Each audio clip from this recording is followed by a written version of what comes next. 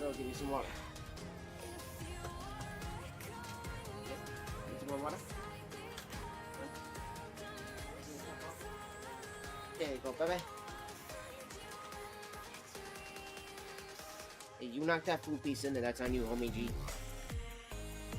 I just freshened it up so you can... Oh! The cord attacked you. I'm sorry. I'm sorry, the cord attacked you. He's like, run away! What, baby? What, baby? What's the matter with my boy? Huh? This light.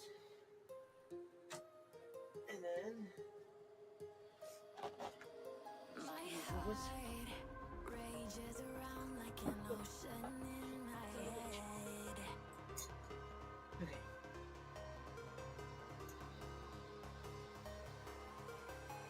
I can almost feel 1 second, everybody. walking in the distance, but I know that it's not reality. If you are echoing around inside these parallel dimensions all alone, know I'll find you in my dreams.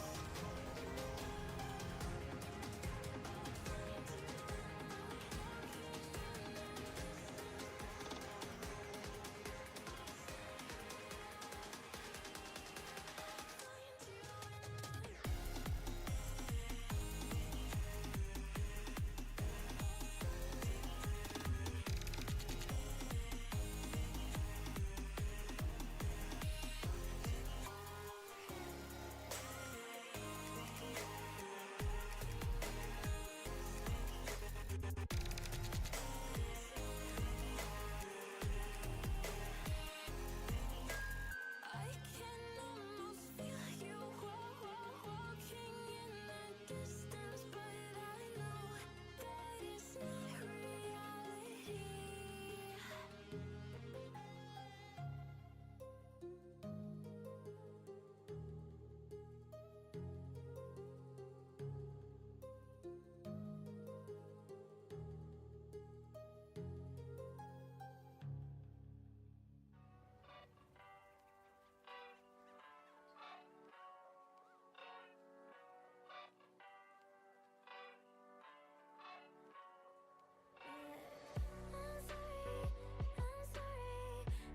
I'm sorry about me. I can be a bit complicated. So don't worry about me. I'm a little intoxicated. Don't you worry about me. I can carry myself home, 'cause I got it on my own.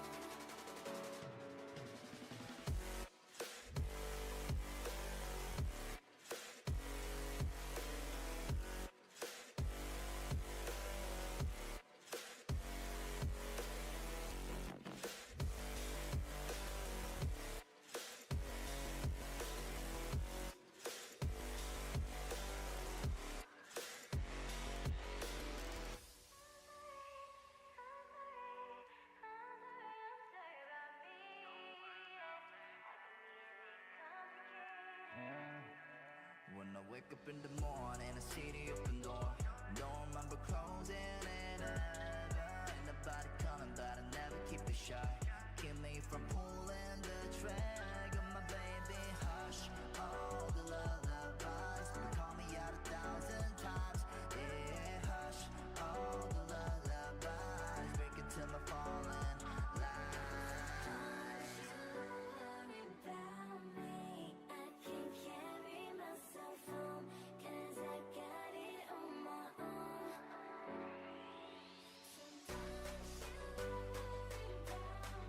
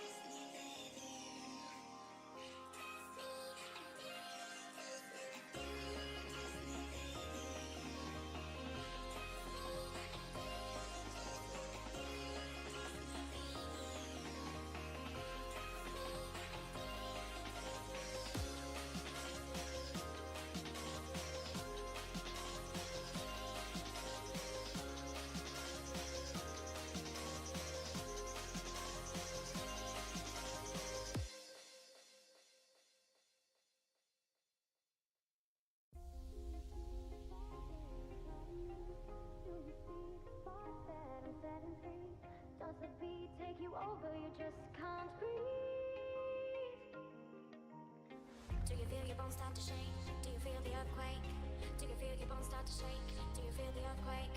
Do you feel your bones start to shake? Do you feel the earthquake? Do you feel your bones start to shake? Do you feel the earthquake?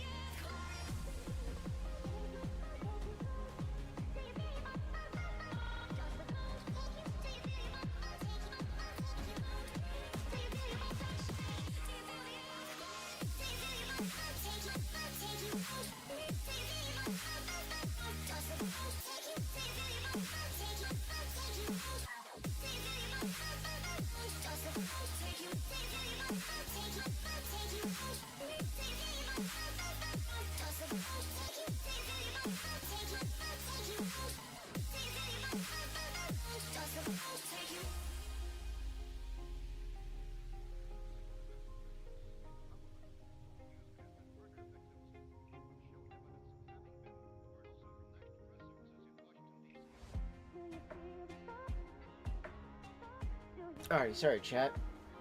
I was distracted by my damn cat. I was giving loves to my, the little Gims over here. She was, coming by to say hello.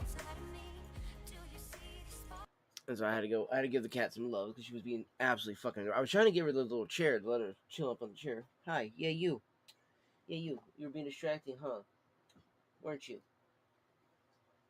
Being super fucking adorable and everything. As always, huh? Oh, gimme goo.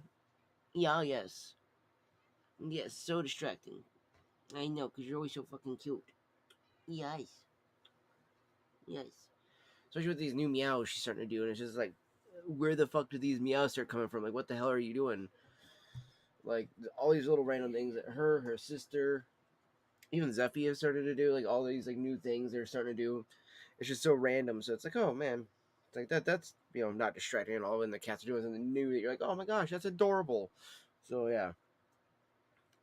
Definitely little shitheads for that, you know. I gotta blame them for that, you know.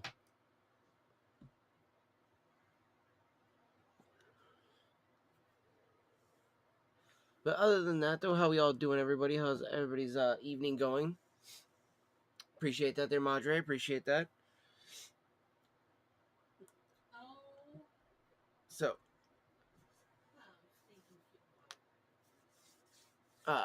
so I figured tonight, what do you call it? Yeah, that's cool. I like that for the winter chance for around Rumble. I like that. They got the kind of like Santa Claus vibes going with snowmen and stuff. That's dope. I like that.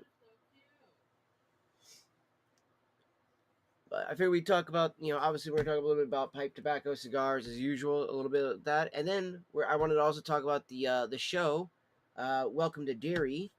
Talk about like anybody's, you know, theories and reactions to the episode. If anybody's seen episode 7, if not, then you know, I don't want to spoil it too much for anybody. I know there's you know, I know some people like my mom does not probably watch or want to watch the show for the most part.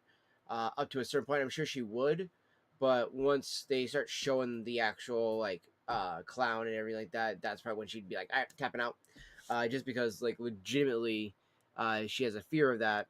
Which I can't remember what is the name of that. I know that's an actual fear, but it's got a name for it.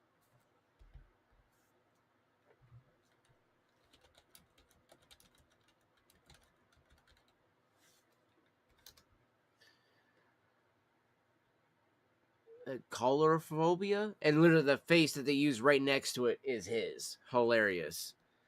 An intense and irrational fear that can trigger symptoms like sweating, nausea, rapid heartbeat, and dread, often stemming from unsettling makeup, hidden identities, or frightening portrayals in media like Stephen King's Pennywise. And is treated like therapy. It is treated with therapy, sorry, similar to other specific phobias.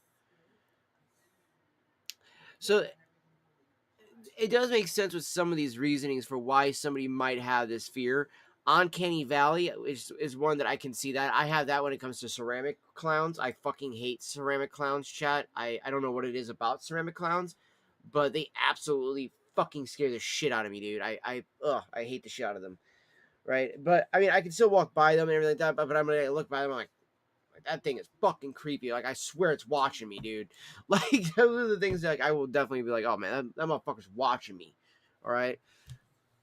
But that's just how I feel when it comes to ceramic clowns. Now, clowns in movies. I mean, one of my favorite horror movies is Terrifier. You know, it's such a gory, fucking slasher film that you're not expecting it, which the way it's gonna go, and when it opens up the way it does, you're just like, holy shit! Like, okay, we are fucking opening the door just right up in the fucking get go. Just like, all right, you ready for this much blood in the movie? You're like, I guess, shit, I didn't know, especially when you pay money to go see it like in theaters and stuff like that.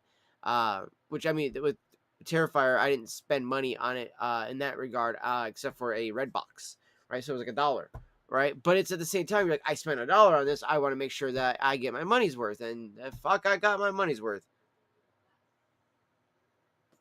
I do believe it was either $1 rental like online, or it was a $1 rental at a box. Either way, you spend the money on. Actually, no, I think it's more online. So I want to say it was like $5 or $6 I spent on it, but it was fucking. It ended up being worth it. I ended up liking it to the point where whenever I found it on Shudder, I was like, yes.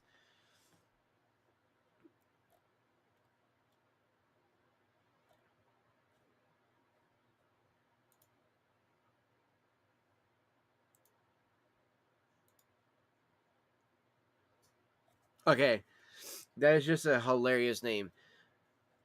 Pediophobia. Sounds like it's like supposed to be a phobia of pedophiles, right? No, it's fear of dolls.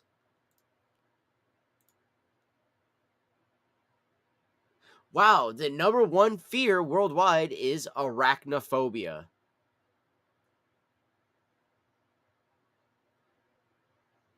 Glossophobia, the fear of public speaking. Acrophobia, fear of heights. Agoraphobia, well, mom has that.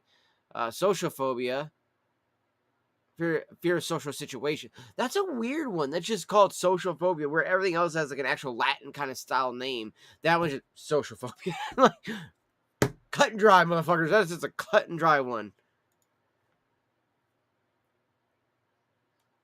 Surprisingly enough, though, I wanted to see how much this affects Americans, but glossophobia only affects 25%. That's actually, I mean, while it is a quarter of Americans, that's still not that much. I thought that would have affected a lot more people.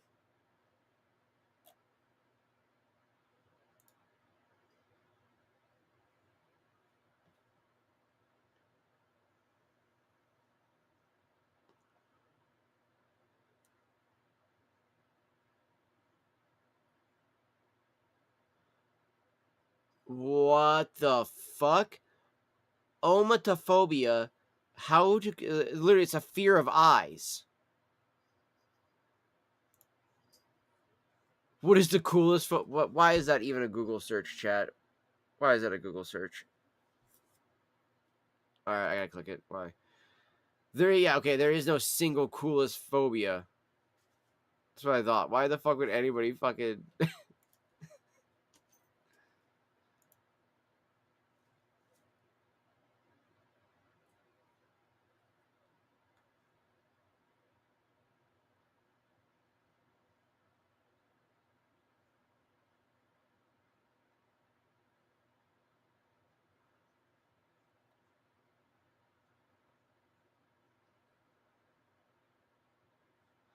What the fuck is this?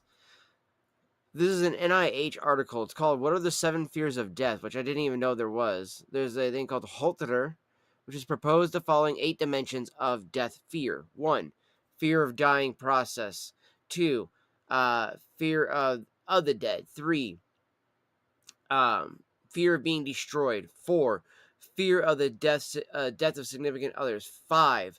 Fear of the unknown. 6. Fear of the conscious death.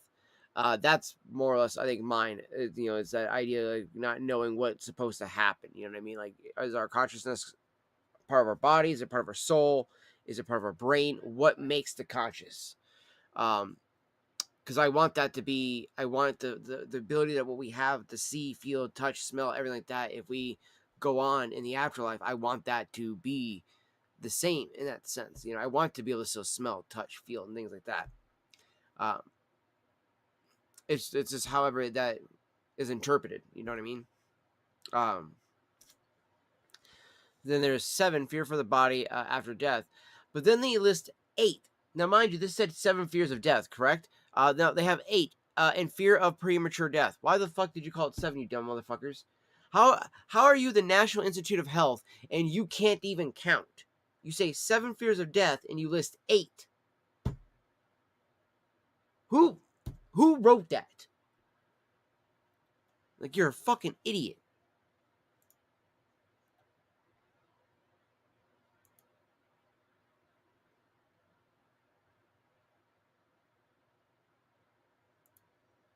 Apparently, the fear of puking is called emetophobia.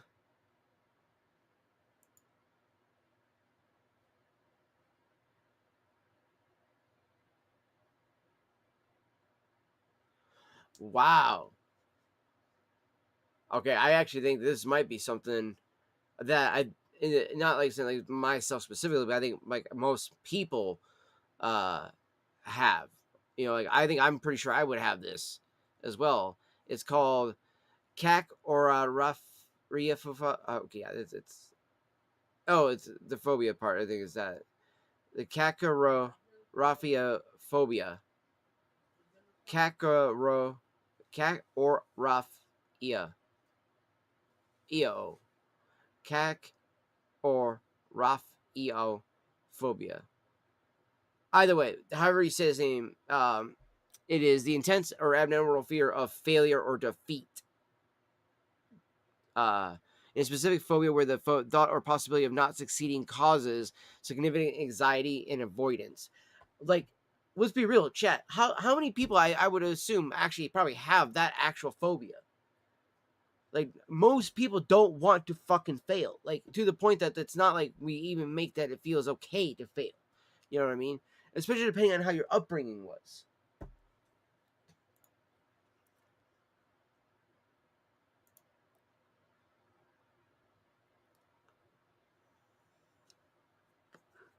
Okay, that's fucking hilarious. I wanted to see if it was the same as the other one up above. When I said what was the number one phobia, what is the most common fear? Government corruption. Honey, it's already corrupted. What the fuck you talking about?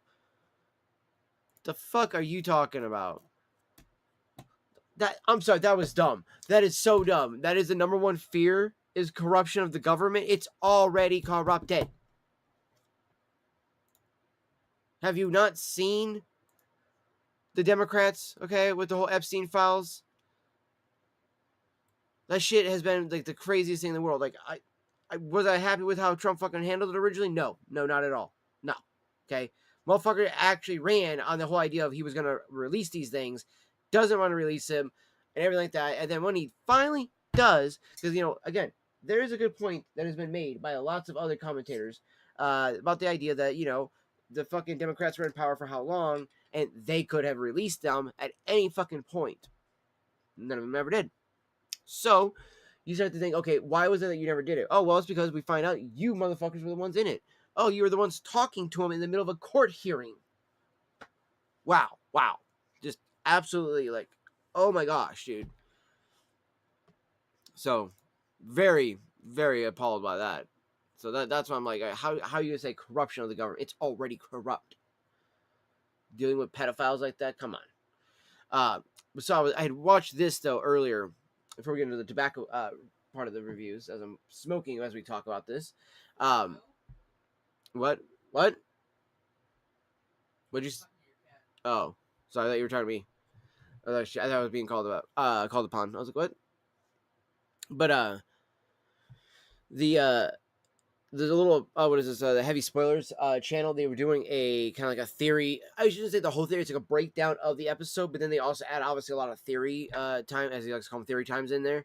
And I liked a couple of the ideas that he had, and some of them were kind of ideas that I also had, especially once we saw what went down with Marge and Rich at the end of this episode.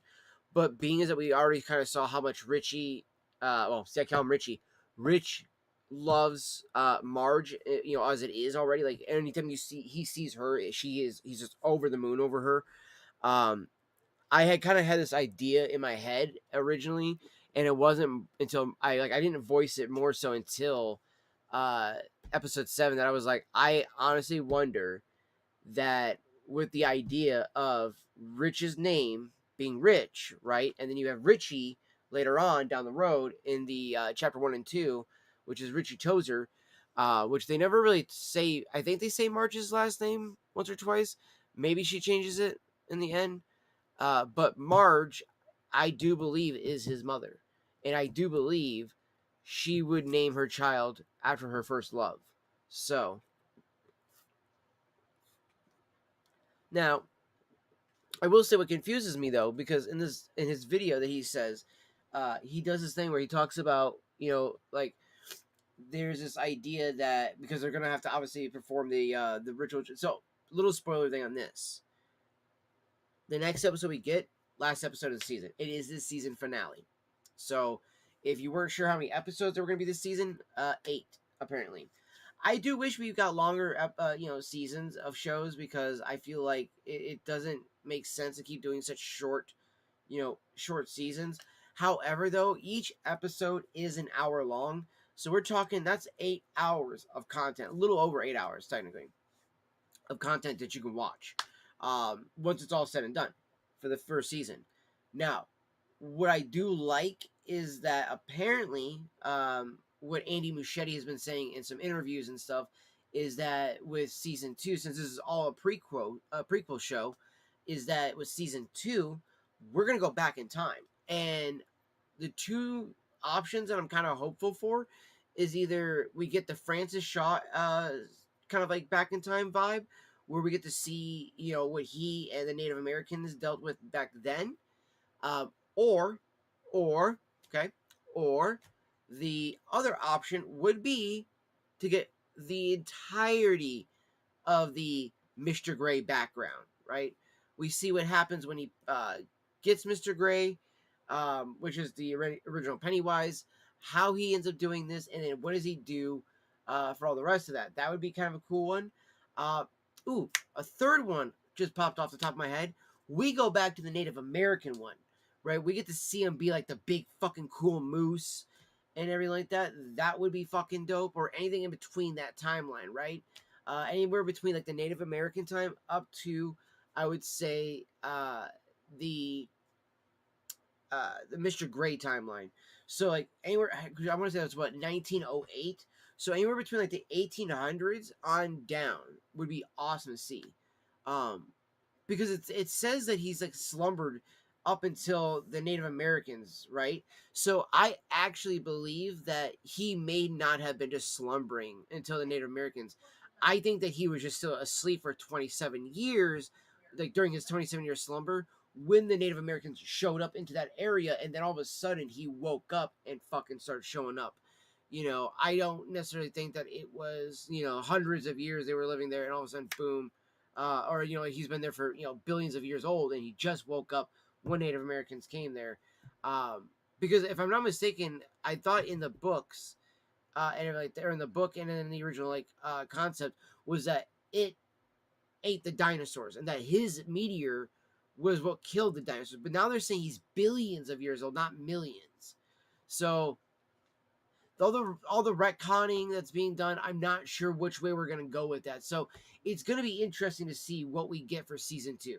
That's what I will say. It will be absolutely interesting. I'm dying to see what season 2 is going to have in store for us.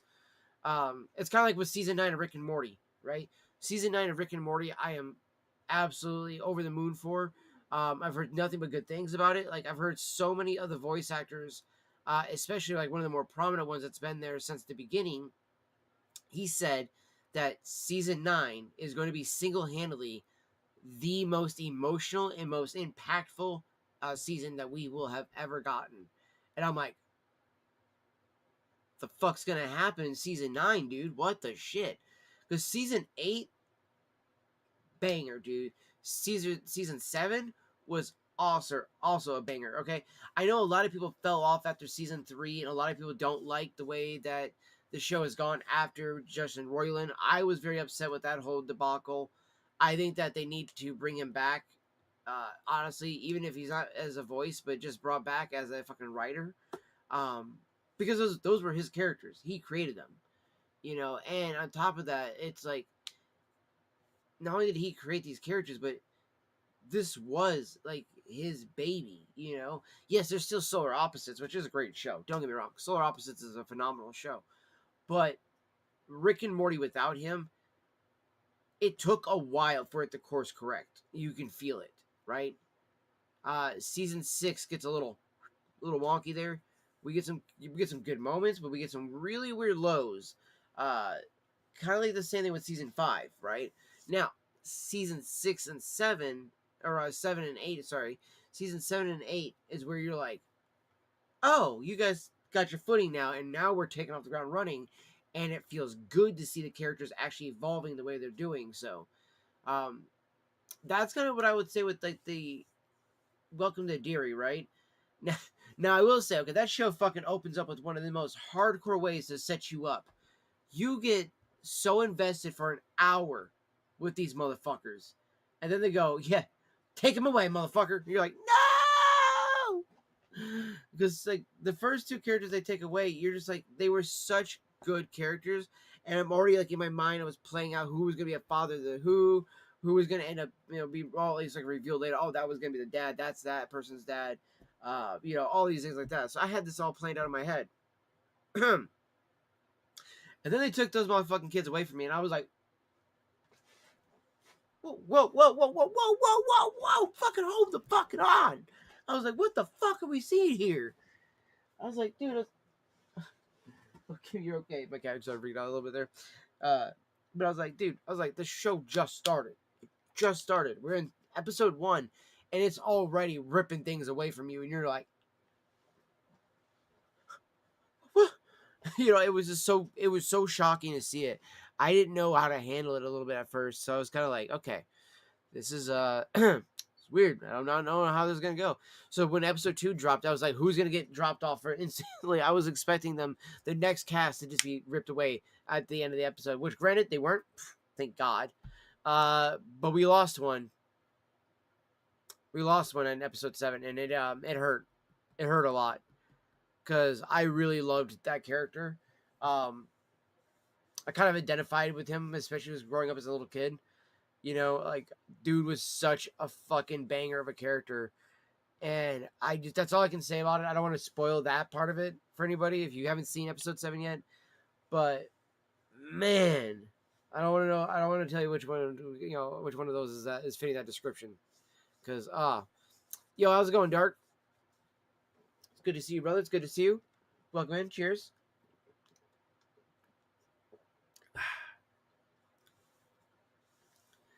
I don't know that was a hard part of the episode. I will say though, it was really cool. What I love about the entire show is getting to see one of my favorite characters. I got very little screen time from The Shining, and we get to see him a little bit back in Doctor Sleep, which wasn't the same actor, obviously. But Dick Halloran from The Shining and from Doctor Sleep, he is in the original It book, and so I was always wondering where the fuck was his character supposed to be at this time. Because I knew he was in the book. I never read the book fully. Because like I read parts of it because literally the chapter 3 is like 4 hours long, dude. I ain't got time for that shit. So I had skimmed through it, and then I got to the point where they were like doing the whole like kid orgy thing, and I was like, and we're done. Close the book. We're fucking done. But Dick Halloran is in the book, and I was like, oh man, great character, like Dick Halloran. The reason I like Dickie, yeah, that's why I was like calling him, is that he's got that shine ability, obviously, but it's the thing that he goes through, chat. I'm telling you, it's like the stuff that the man goes through. You're just like, this dude's fucking still kicking, and he's ends up being that nice guy in the fucking hotel later on. How the fuck is that the case? You know what I mean? Like, woof. Now, granted, I've never read The Shining itself, the book, but I would love to see how it compares to it, because I feel like in the book he may not be as nice of a character, because his empathy is very low. In the show, you can tell he's kind of like, fuck you, fuck everyone, I don't give a fuck. In fact, he even says that line at one point to one of his superiors, and he's all like, "I'm your superior. I don't give a fuck." It's like, yes, Dickie, I love you, bro. And the only way the guy has a response to was like, "You don't want to be in handcuffs." And he's all like, fuck.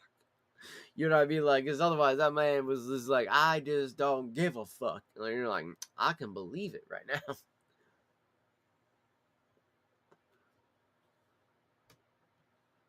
But I will say, man, it makes those two movies, chapter 1 and chapter 2, it adds so much to it that actually just makes you go, wow, damn, those movies actually like weren't as bad as I don't want to say they were bad, right? But obviously I was like, man, they could. I always felt there was just like too much lore that wasn't explained enough, right? Or enough backstory. The kids, there's like their stuff, got it, cool, right? But I always wanted more of his backstory. Ben does an okay job. Mike does an okay job, but we never feel like we touch enough of it. We only get the little morsels, right? We only get little morsels of it. So the show doing what it has done, I love it because we got to see more of like the macro verse. We get more about Maturin the turtle. We get more about it. We get more about the Shukapiwa tribe. Um, we get all kinds of cool more lore drops in the show. Honestly, dude, I'm loving it, dude. I'm loving the show.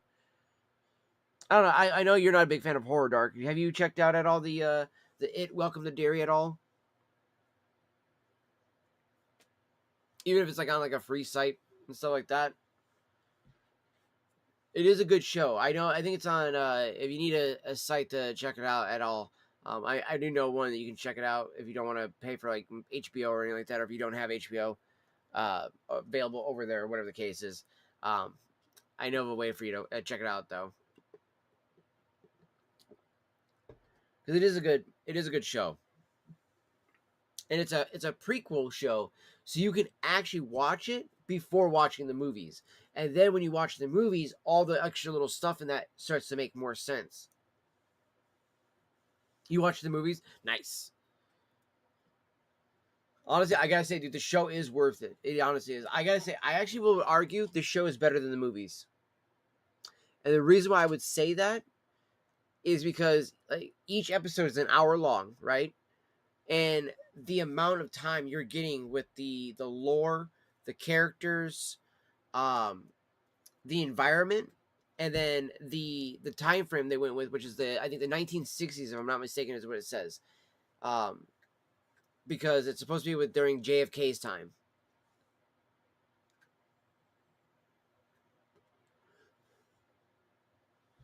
So it's an actual interesting, time era to take it, and it goes to cover like the some of the kids' parents as their kids. You know what I mean? Like, so I like that. It's that idea of like we get to see why was the loser club specific to the movies, and what set up the events of the movies ahead of time, right? Because in the book it actually does that. In the book it does set up everything ahead of time. It's like, okay, this is what happened to Derry way back in this time, and then this is why when we see the kids, that's when they're like, what the fuck is going on here? You know what I mean? Like, they have no idea what to expect with this town. And I do believe in one of the cases there, it does explicitly say that like Ben's family is actually originally from Derry, but his parents moved away when they were kids, and then they came back as adults to bring him to raise there. So it's kind of one of those funny things where it's like you never escape Derry. You can try to, but you'll always come back. And there's also a nice little quote in the podcast for the show, right? Because there was somebody made a comment, I guess, in their comment section about like, like, oh, does this happen in the past, and da da da da, and it's like, oh, the past isn't the past in Derry because the past is currently always active because it's always in a loop, right? So what you're experiencing right now is just an echo from something that happened 27 years ago prior, and it's like, wow, that's fucking insane to think about, you know. And so the big thing I think I honestly gotta say I think it did not expect in the show was the amount of gore. One, two, the amount of actual like of backdrop story, right? Like setting up the augury and explaining it better, because it's like, how do I put this right? Jeepers Creepers kind of operates a similar way, but with Jeepers Creepers, you get a very basic little touch of that, and we've never gotten the rest of that lore that they promised us ever, and we're never gonna get it now. So, and that always makes me so mad because I love that character. I thought it was a really cool idea. Um, I thought it, like, especially for a movie character, like for a villain, like it's just such a unique villain that I was like, I love that one. But when it comes to like Pennywise, it's like, okay, but this is a creature that's, not just billions of years old.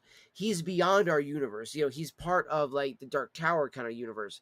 Where the Dark Tower is just the manifestation of Gon, which is supposed to be pretty much like the god of that universe, or or a demigod, because then you can consider there's the other, which is the one that's above him, right? That was the one that existed along with the Prim at the same time. The Prim is just the voidless, endless space, the Tordash space, as they call it in the movies and stuff. And that's another thing too, is like we never really get to see more of these like cosmic vibes of things, other than maybe the Mist.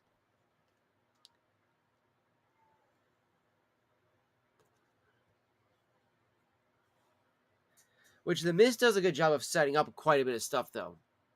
Like, don't get me wrong, but I think that the downside to with the Mist is that it doesn't do enough of giving us the the home place, right? We never get to see the Tordash space enough. I think we get like a couple glimpses of it. We get the glimpses of the monster, but I want to say we get some glimpses of it through the portal, but not enough of like the because there's a countless amount of infinite probably entities out there in the Tordash space. Oh my gosh, did I accidentally put the vacuum sealed one over here?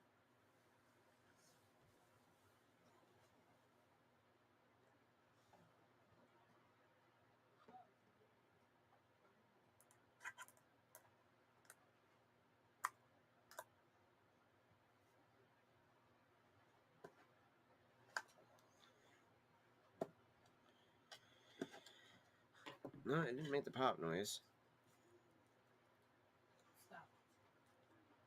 Oh yeah, I only have one can of this, so I was like, wait a minute. That's why I started thinking in my head, I'm like, there's no way I have a second can of this somehow, and then didn't realize that this is my consummate gentleman. This is the English blend I have here. I haven't got to smoke this much. I wanted to let it age just a couple of days and see if it kind of helped it a little bit there, because it's a proper English mixture comprised of only the finest Virginia, Maryland, and Burley tobaccos, with a hint of Latakia. The result is a stunning, medium bodied blend that is traditionally English in character. The other day I was talking to Mook Gaming, and Mook was telling me that unfortunately hickory can have a bit of a floral note, and I was tasting some floralness to it. But I was also wondering if maybe it came from the fact that I had sprayed some cologne in the bedroom where I have all my tins, because I normally try to do it in the bathroom, but I was being lazy, and I sprayed it in here, and I was like, well, maybe that tin, because it was a little cracked, maybe it had taken in some of that smell and that odor. So, because it smelled like it too, it doesn't smell like it as much now, or even at all. It smells like a piece of beef jerky, like hickory smoked beef jerky to me. And a proper English blend of tobacco is just a, ideally, no flavoring added, no casing, no topping. It's just pure tobacco flavor, right? And the reason why I hate that, someone would argue that the one I got from my boy Cody over here isn't an English. I call it an English. He just for the sake of argument with other people, he goes, no. It's just call it a non-aromatic or a hybrid. And I'm like, oh, okay, oh, sure. Let the other idiots win because he doesn't want to argue with them. I'm willing to argue with people because I'm like, nah, man, they're idiots. This is pretty much English. It has just a fucking touch. Like when I say a touch, I mean when you're making this much Virginia, right? You're gonna probably have like not just a tiny little pinch like that. It's gonna probably like a good little handful to sprinkle it in because it's like he makes I think around 5 pounds of this at a time. So when he made that, he like the blends it and stuff. He put just a tiny bit like to the ratio. I said 5% the other day, just to kind of be like a little overzealous on my number. I was talking to him on Facebook, and he said to me that no, it's closer to maybe about like 2.5% of that mixture is Black Cavendish. So again, it's even smaller of amount. So I'm still calling this an English blend, and to me, this is my favorite English blend that I've had. All right. Now, you can still call it a non-aromatic, a fucking hybrid, whatever. I don't care. All right, it's still my favorite one that's just a plain tobacco flavor. It has no flavoring, no casing, no topping. This is just mostly red and bright Virginia tobacco. And I absolutely love this fucking tobacco so much, dude. Like, this jar, originally when I had filled it back up, because it was just down to here, I had it filled up to here. That's how much I smoke of this one. All right, I love this tobacco. So, I don't know why I did that.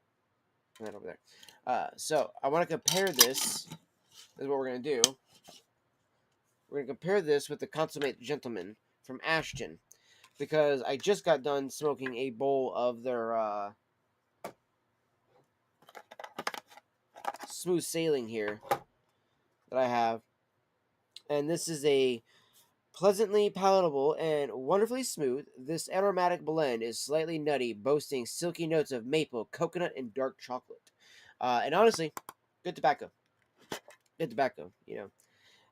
One of my favorite things, too, while I've been watching this show, because each episode is an hour long, because my little sister and I actually had a few episodes stacked because I had been kind of waiting for it to be kind of binge worthy, you know. And I kept hearing so many good things about the show. I kept seeing advertisements for the show whenever her and I were watching movies together and stuff like that. And she loves the movies and everything like that. So I was like, you know what, let's sit down and watch the show. And I figured because the movie has nothing bad in it, like kid worthy in a sense. Yes, you could argue the gore and all that other stuff like that might be bad, but it's not like there's a bunch of sex and all that other shit in there. So, I'm pretty sure there's not going to be a bunch of this shit in the show. So we put on the show, and thank God I was correct. It is absolutely perfect. I mean, as long as you're okay with letting your kids watch something that's kind of gory and horror oriented and stuff like that, it's honestly a good show. It's a great show to watch with the kids. They'll have a blast. Maybe get some popcorn, get some pizza, have a little fucking pizza party for them and stuff. Maybe leave the lights on for them because they definitely might get scared.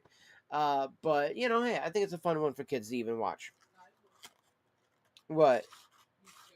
Be too scared? I mean, well, yeah, but that's only up until episode like 5 or 6, I think. Still though,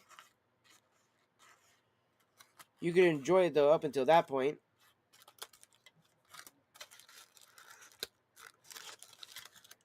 And then even still, once you start to see them, you can just turn your head. So this is more of a how do I put this one, chat? On this tobacco, the smooth sailing. This one's more of like a coarse cut, I think. I think it says ribbon. It's like chopped and coarse cut. It's a lot more chopped, I feel like, as you can see in the camera there. So, I'm really hoping the second can, though, has a fucking flavor card on top of it to help make it a little bit more moist. Just because this was pretty dry. Maybe that's just how Ashton does their stuff, but either way, though, it smells really good and it tastes fantastic, I gotta say. Absolutely fantastic for an aromatic. Now, when I first tried the Consummate Gentleman, I loved it the first night I smoked it. I was like, oh my gosh, this is an amazing, aromatic, all that stuff. My problem with it was that the second or third day I had it, I go to smoke it, all of a sudden, I tasted this perfume type taste, and that's what threw me off, and I was not happy with it. Now, one of the things I decided to do though, chat, um, is to commit just one pipe to English and kind of like non aromatics and stuff like that. And usually, granted, the only one I've ever really smoked out of it is like Autumn Evening, my German Briar. Okay, so before I commit a full fucking bowl of it in the Apple Briar, all right, this is a big fat bowl. This is probably going to have the Sanctuary loaded in it because I don't mind a fat bowl of Sanctuary. I don't mind just roasting it and just tasting it and just smoking it like that. This guy is perfect because it's a small one and it allows me to get a good taste of something like that when it comes to an English blend. So we got our English blend right here. Now this is more of a shag kind of ribbon cut on this one, as you can see. So, and this is actually a little bit more moist than the smooth sailing is. See what I mean about the ribbon cut? You see how it's actually like stringy.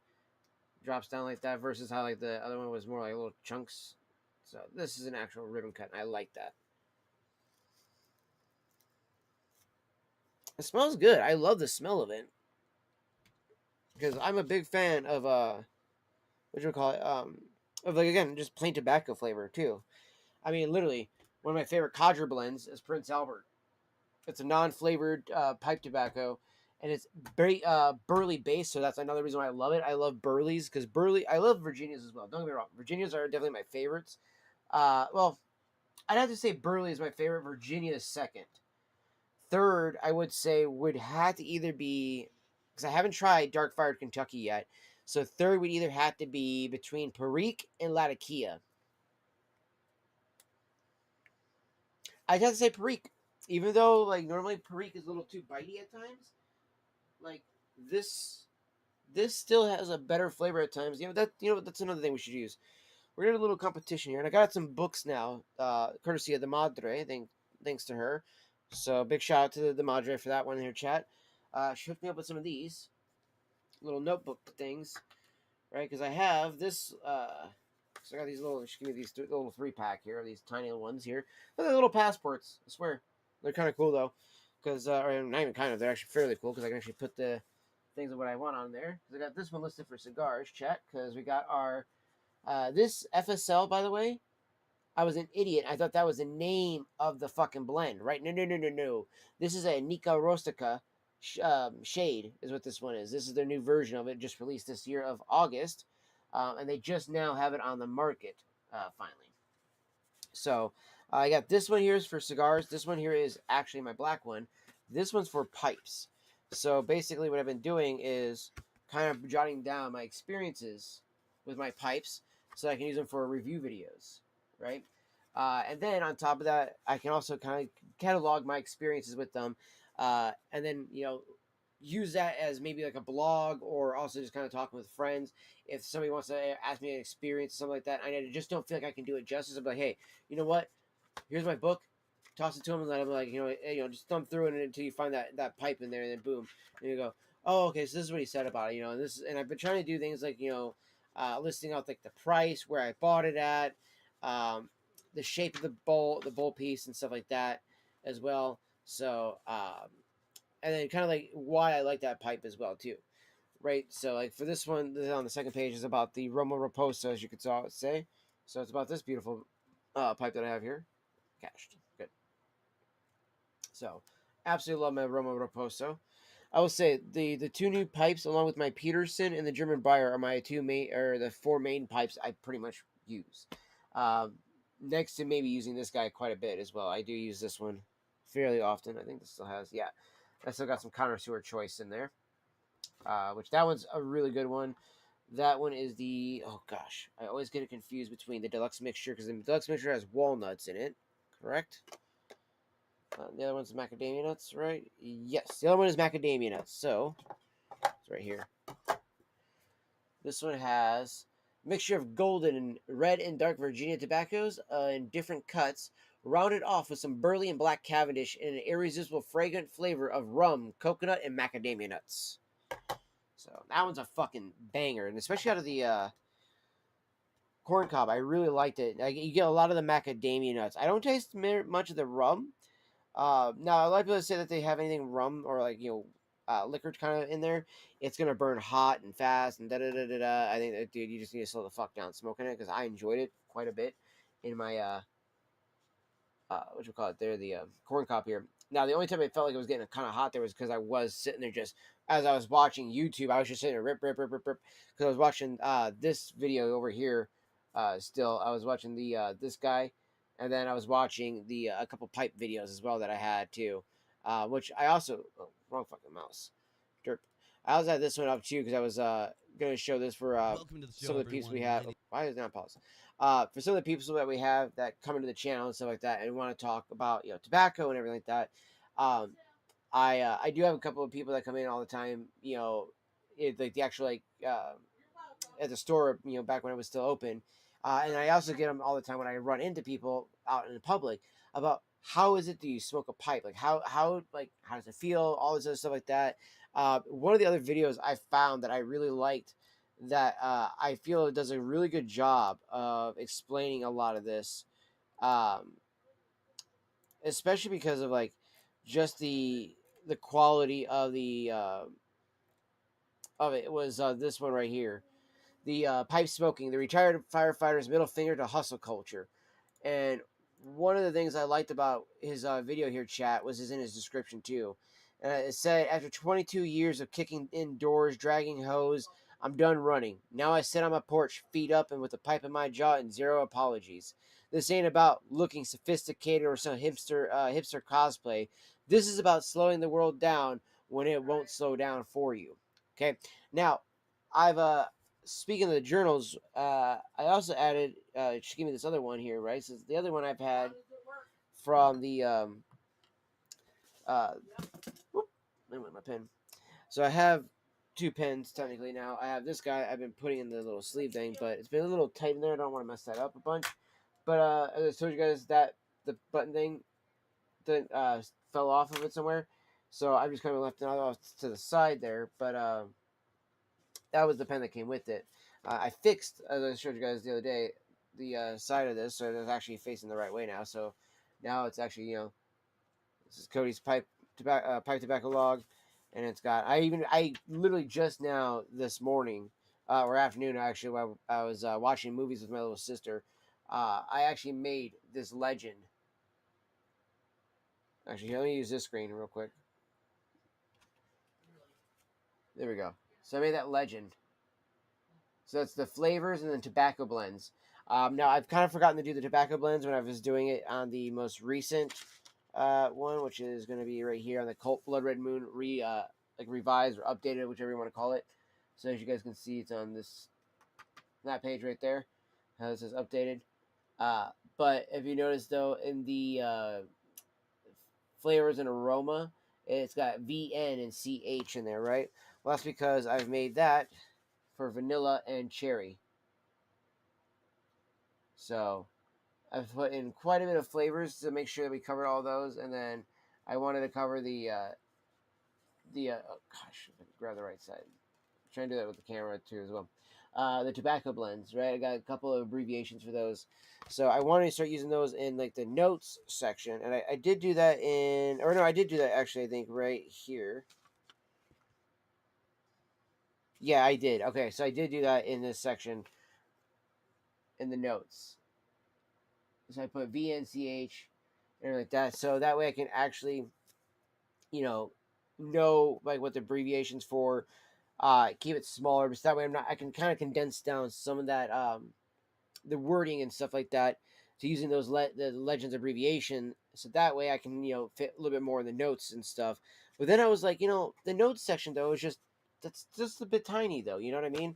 I'm like, what if I really want to write down more about the pipe tobacco and the pipes and all this other stuff like that, right? And I don't want to just have that tiny bit of room, Well, she gave me this notebook, right? So this notebook here, it's been pretty nice. I like it because it's just one of those ones you got a little strap on it here, and I've just made it into the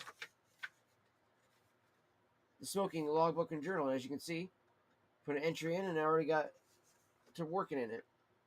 So, and then I'm just gonna keep filling up these pages. And the goal of this is, with all this, I was kind of inspired by one of the YouTube channels I watch, Richard Vobe, by Vobe Show, as his channel is called. He's an elder. I don't want to call him elderly gentleman. Elder gentleman. He's in his 60s, about 62, I think he said. And so one of the things he has been working on is a pipe smoking book, a nonfiction thing. So, right, yeah, no, and I do appreciate the you giving me this, because again, it makes it helpful for me to actually jot down my memories and thoughts in that moment, so that way I don't forget them, and it also just helps kind of practice the skill of writing again too, because we always type everything, right? We type everything and all that stuff like that. So it's nice to have some actual like printed actual like material this way. And so, oh yeah, they are definitely getting used, even like the little ones, right? So like when I do the cigar here, I have like so like for instance the pipes. Like I said, I've got the German Briar one, so it's my black one right here. So how's it going, Mini Fox? Glad to have you, brother. Glad to have you. So we got the pipes one. That one's got already some filled out. The cigars already got some filled out on this one. It's got that open space down on the bottom right down there. That's going to be for when I finally spark this bad boy up.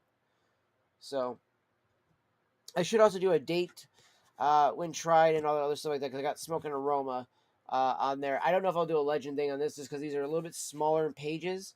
So these are going to be for specific ones in general. And then I have the pipe tobacco one, which hasn't been used yet, and it won't be used until I fill up the other guy, ideally, I think. What I've also been thinking about doing is using this one for other specific little things, like, if I have certain ideas for maybe even my own blends. I was thinking about doing that because I do want to buy bulk Red Virginia, Black Cavendish, Burley, all of those, and I want to start making my own blends as well. So, just so that way I can actually start, doing all that along with buying the stuff to roll my own cigars. I'd love to start doing that as well, just so that way I can dabble into that experience, because it is something that, again, I think that the more you get to actually enjoy that part of the industry chat, the more you get to see why people might enjoy those things more so too. Oh, and also we did already cut it. I did a double V cut for a rose cut. That's something else I did put in my book already. Which, for those wondering what that is, so you just take the V cutter, cut, rotate, cut. Now you're supposed to only do it 90 degrees, so I think it would be like cut and then like that and cut. I usually do this. I do cross cut, right? I do it like that. So I think if the 90 degree, I did try it on this one, and I just don't like that. Like, because look how fat that ends up making the one part of that. It's a little too big, and then there's two smaller ends. I don't like that. Whereas when I do the cross, bam, and then rotate it, bam, and do it again, it gives me a nice, actual kind of even vibe on both sides of it. So I do prefer it that way a little bit more. So, mostly chilling, watching Gamer Words with Jacob. Very nice, very nice. So Jacob, I said hello, and I miss him. I was watching his I was rewatching his video the other day from the stream that he had, the 5 hour stream he did the other day. So, my nose. I'm taking some nasal sprays for that. And I also, the one you guys saw in the picture, by the way, for the thumbnail, is this guy here, the New World Decino. Love this fucking cigar. Such a good classic. I did finally try this big one the other day, the Charter Oak Maduro Grande. And I gotta say, it was good. It was good. The only thing I'd say the downside to this one was that, legitimately, because it is so big, you definitely kind of need to have, I feel like, more of the where's it at? More of an actual guillotine cutter. So I'm gonna be using my Wise Man Coho fucking cutter that I have. I don't know if it's a Wise Man Coho. I think it's just a Wise Man. Yeah, it's just a Wise Man Foundation cigars. So that's the logo on there, thing, the cross and stuff like that. So, but this guillotine has a wall in it, as you can see. So unlike my free one, I like to use this more for the tips that get burnt and I need to relight it and stuff like that, and I don't want it to taste like shit. This guy, I like using this to try to practice doing the perfect cut, because it's absolutely going to give you the perfect, amount taken off every time if you're going to do a traditional cut that way. Then if I want to be, semi bougie, I do have both of these guys here. Ow.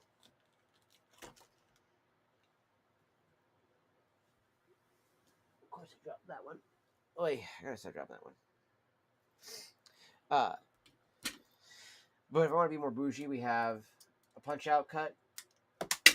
Oh my goodness, why am I dropping everything? Thankfully, I didn't hit the fucking MacBook. So we have a punch out cut, and that's what that looks like. Then we have one on the bottom of my torch as well. So those are fairly nice. I do like those. They are a little bit more bougie, in my opinion, the way they make the cigar look, but they can also build up too much of the tobacco oils right there at the funnel point of where the airflow is coming out, and then when that happens, it actually clogs the cigar up too as well. So you got to be careful with that, because again, your cigar is your in a sense your pipe, so it's the pipe in general. So, and I think it's funny too. There's a lot of people that like smoking pipe because they want the experience of actually making, that idea of putting the tobacco together, all that general stuff like that, right? And people like cigars because it's all done for them, and the cigar itself is their pipe. You know what I mean? So it's kind of funny how that is.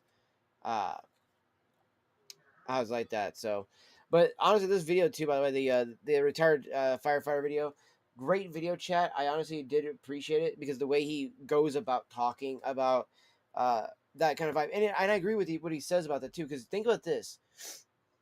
Recently, while I'm happy pipe smoking has taken a big uptick now because it means that it keeps the industry alive, it keeps it going, it keeps the newer stuff to prop up and become new stuff we can try, and keeping it going here in America. And I love that idea. Problem though, as he said, the hipster thing, hipster cosplay. There's a lot of people that are just doing it because they think it makes them look cooler, it makes them look sexy or whatever the case is, whatever the stupid vibe they're doing. Look, let me put it this way. If you're doing it for any of those reasons, you're a fucking idiot. Okay, simple as that. Uh, literally, at the end of the day, if you're smoking a pipe for those reasons, I think it's just dumb. I really do. Just smoke a pipe because it's enjoyable. It's fun. It can actually be relaxing, and I do it like I wrote in my journal too. It's to get back to that whole point of that part in life that we lose a lot, which is that ability to live in the moment, right? So often are we caught up in the fast-paced life that we live that we forget to take that time to ourselves and for our family and to just slow down, right? We're always so caught up in our phones. We're so caught up, running around doing all this other shit. Sometimes we forget just to stop and then, just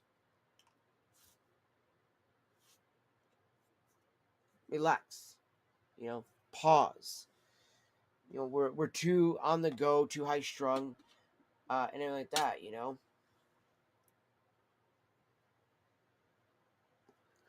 Also, I won't lie too. Whenever I see Shaw's character on the in the show, Welcome to Derry, I always want to spark up a cigar whenever I see him too, because he's always smoking a cigar, and I love it.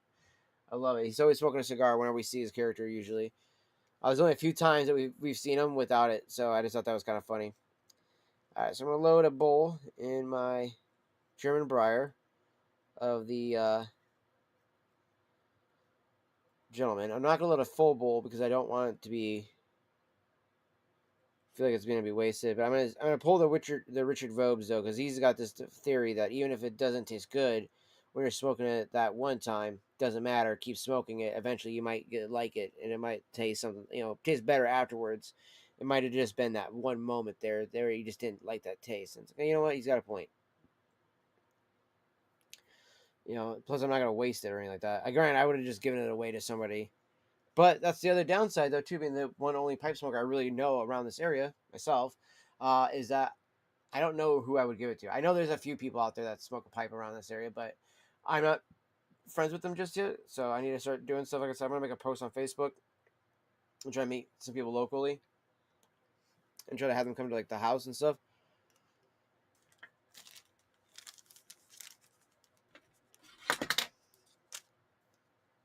Because that would be a nice time. I wanted to load this up before so I could actually put this away because I don't want it to dry out. And I'll finish talking about the cigars here. But because I don't have really any lights, I can just be like, hey, come on over, and not like a tobacco. But, hey, do you want to buy this off me? Or do you want this for free? Or whatever the case is, right? Because a lot of times, too, that's the other nice thing about, the tobacco community and pipe smoking, I should say, is that they're very giving, right? We're very giving people. We like to try to share our stuff. And I think the reason why we like to do that so much is because we always like to share that experience with other people. And the experience is always made better with friends and other people joining in with that type of stuff. So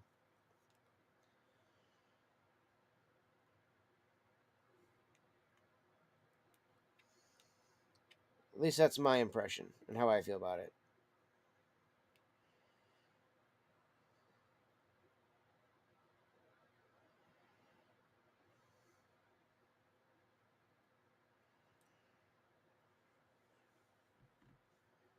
Also, yeah, when I made that comment too about like, oh, I don't know if this is the thing is not to put a fucking card in it. Yeah, the English blend has a card in it. So obviously they do put cards in it. I forget about that all the time. So it's like, okay, so obviously you guys do. Why did that one not have one? And so I'm also wondering if that's going to be the only one that doesn't too.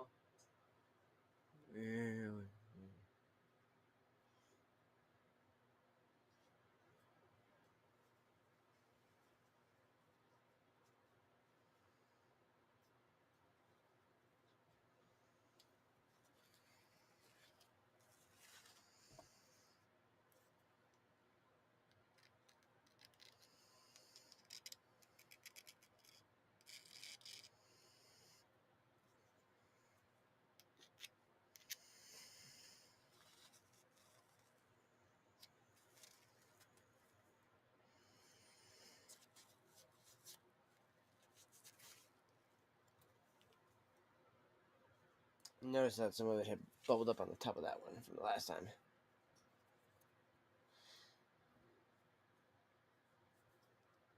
Yeah, I think I saw something about that game already as well.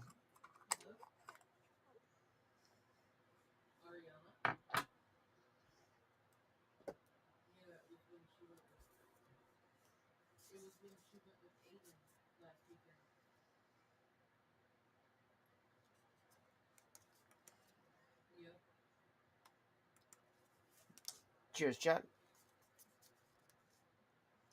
But yeah, no, honestly, I do agree with the firefighter though about the whole cosplay thing. There's a lot of people that are just doing it for the wrong reasons. They're smoking the pipe because they're like, oh, it's gonna make me look cool, or it's gonna make me look like this, or it's gonna make me look like that. And look, I've made the comments too.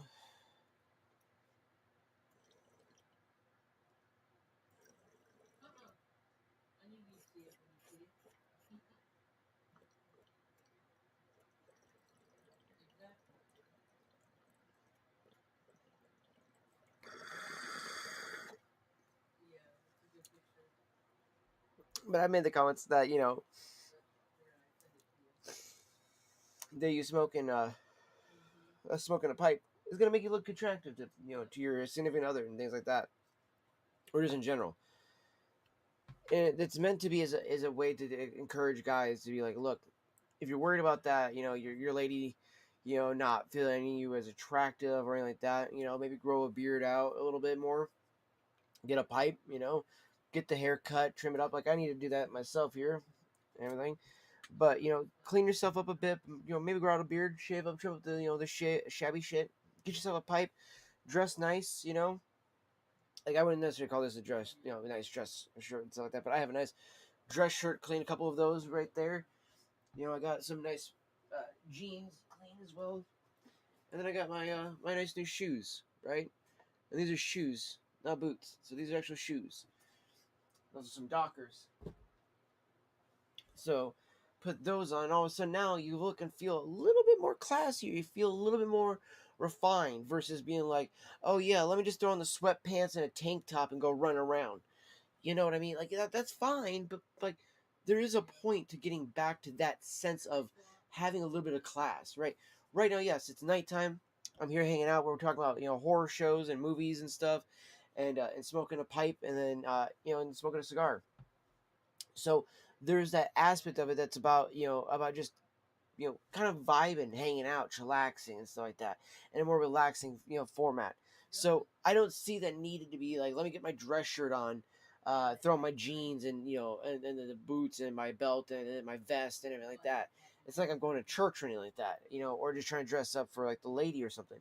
It's that you are legitimately trying then to feel a certain way and present yourself in a certain way that would come off as like very, how do I put it, like kind of like you know not posh but a bit pompous, a little bit, you know or maybe also just a little bit uh like you're trying too hard, right? Especially if you're just doing it at random hours a day, especially before you go to bed or anything like that. Which I think before after I end the stream here in a little while, I'm gonna go and hop in the shower and then you'll go lay down. So I'm not planning to be up super late or anything like that, or go out or anywhere. So it's not like I need to go and get dressed up. So that was just another point I wanted to make out to that. So I loaded that with that one, and you know what? I think I'm actually kind of want to use my Italian briar pipe.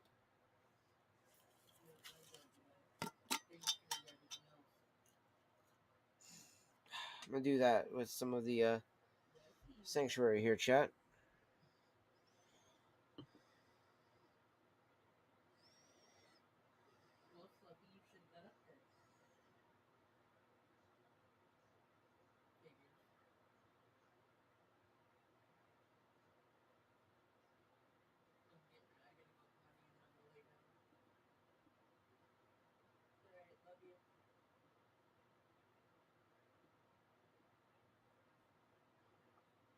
Welcome to your Stream Hub shop. Welcome in.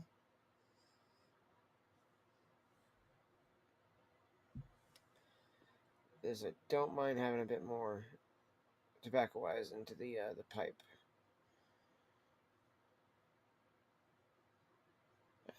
Trying not to waste any. Okay, I went back into the jar. Good. Oh, there's a mighty stem there, chat. Holy shit. That's not bad for what you call it. You know, do a little, drying out or something, smoke it later on. But dude, there's a certain point where your stems get a little too big. So that in the ashtray. That's like a fucking actual piece of wood.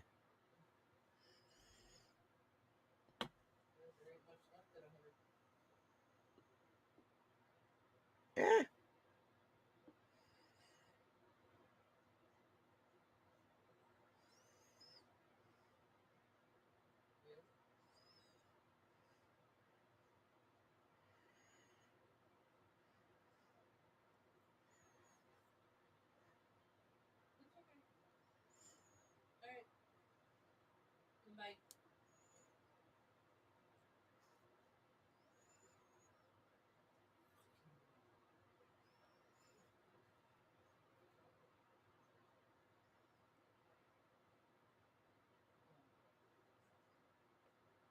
Type to me in the chat what she said about the whole work thing. Type to me in chat what she said.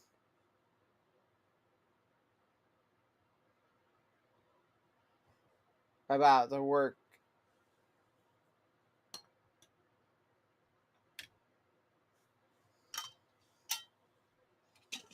Okay, we got Berasini y Capriccio loaded up with some Sanctuary.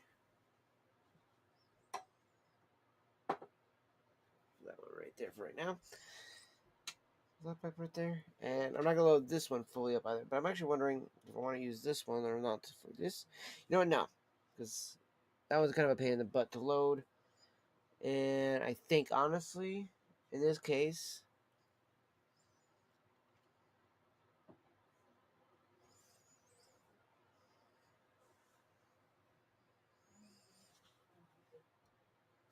we're gonna do some of the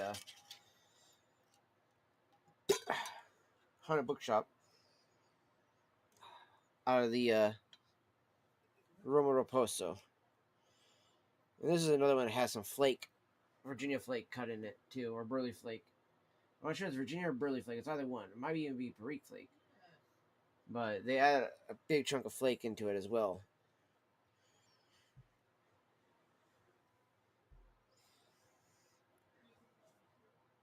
Oh, actually, there we go. A little bit easier to load with the stem off chat, so I can actually bring the bowl piece a little bit closer.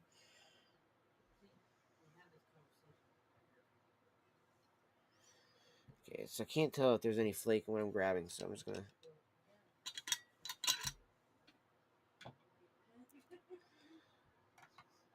take that off there, take that off there.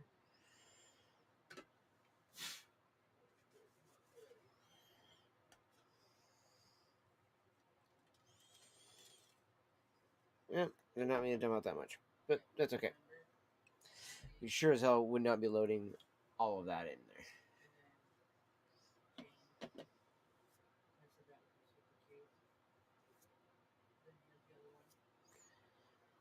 Oh my goodness, chat. Fucking contacts. Stop drying out on me.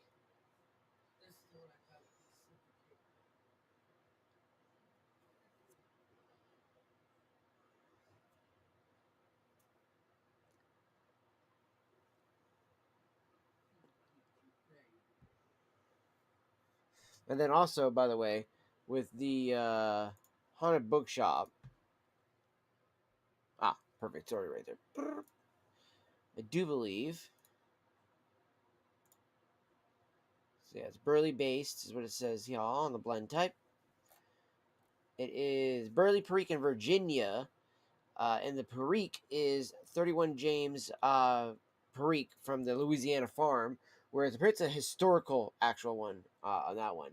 It's a yeah, it's a predominantly burley mixture with a touch of red Virginia and Perique. Another of the late Bob Ronkowski's blends, named in honor of the famous novel written by Christopher Morley. Haunted Bookshop is a burley and Virginia blend with just a touch of Perique. And it's a coarse cut, they call it, but it's definitely got some flake to it.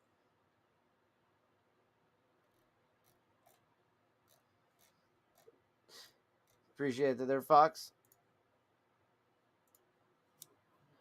And it even says that you better. One of the top comments I like that was on this.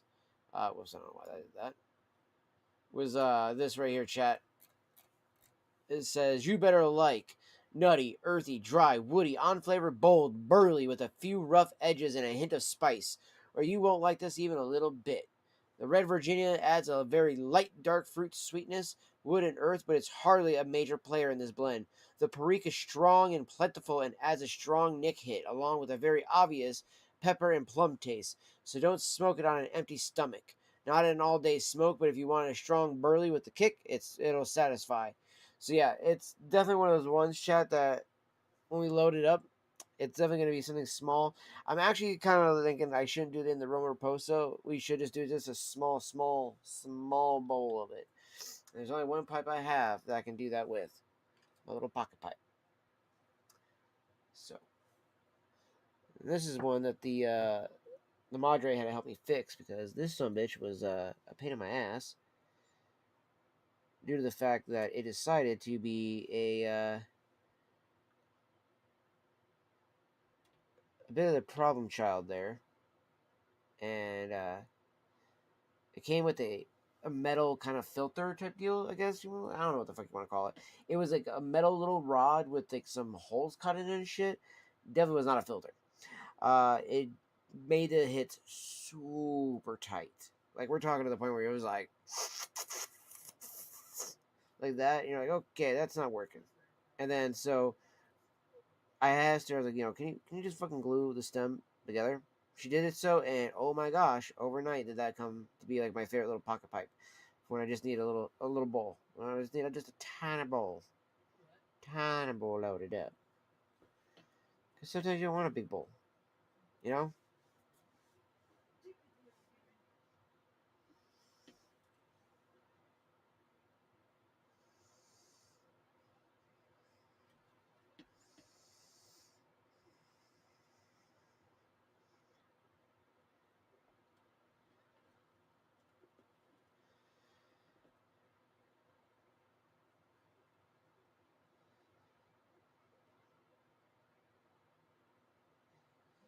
Okay, contacts. Stop. All right, perfect. Because I don't want a full bowl of this one either. So again, the only one I didn't mind doing a full bowl of is the Sanctuary and this guy right here. Because I know I love the Sanctuary, chat. That's just how it is. Right? I love the Sanctuary tobacco blend. Like, and I've told that to Cody as well. Like, he knows that legitimately.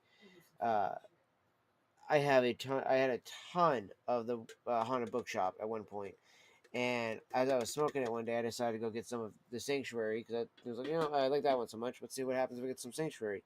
And I instantly fell in love with it. And I was like, well, I obviously like the Sanctuary more. And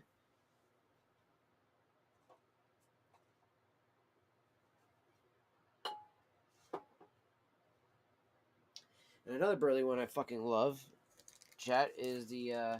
I like both the Carter Hall and love the Prince Albert, obviously, like I was telling you guys. But a little surprise one is this apple pie crumble from Aaron Go Bragg, the one that was made by Sutliff.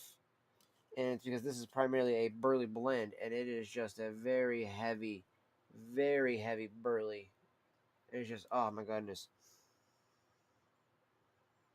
Oh, this is such a good smell. Such a good taste. Ah. I love me some burley. So, and I love that this is just such a fucking nutty, earthy, hearty smoke, chat. It's just such a good smoke, honestly. It's got a little bit of black Cavendish in it. It's got just a tiny bit of Virginia added to round it out, but it's mostly just a burley based tobacco on it. You get very little of the apple taste in that, like maybe none at all.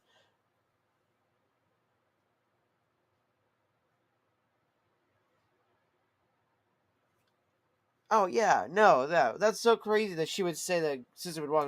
Sister never ever has walked to that store in the dark. So also Victory Jin, I didn't see that. Is that Slayer in the background? Yes, it is.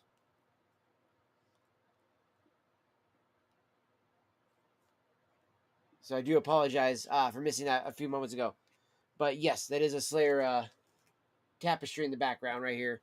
I've had this guy for I'm 32. I got oh my god, I gotta say that's probably a 16-year-old fucking tapestry. So I got this back when I was about 16, maybe 18 at the oldest, but I'm pretty sure that was 16 when I bought that over at a Hastings store before they closed down years ago, obviously. But it was bought at Hastings for like $15. So yeah, dude, the I miss Hastings for all the old tapestries. I had a him one. I had these. Yeah, I had a System of a Down. I had a Pink Floyd one. I had a bunch of fucking badass ones. I also had the bunch of Bob Marley ones. Like I have the blanket that's back here on the wall. There was quite a few other tapestries that we had. I'm trying to think of the other ones. Oh, I had obviously the old school Sublime one, right? We had that one there. But I had a bunch of Slipknot ones too. I had the 9-pointed star. We had the blue font one. I had the one that was from the album cover of the debut album. Just what the fuck one is that one called? I have the disc sitting over there somewhere on the fucking coffee table, and I'm too lazy to unbury it, so I'm gonna Google it. Because that is how lazy I feel right now. Oh my gosh, I'm trying to remember. Is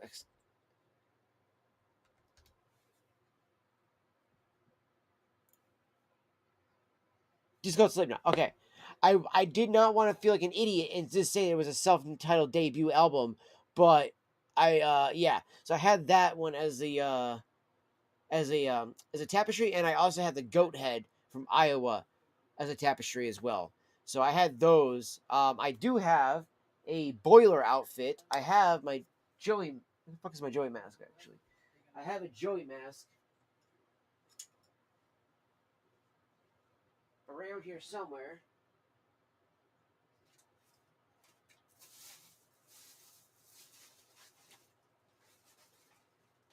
Like wherever my clown mask is at, my Joey mask should be dear.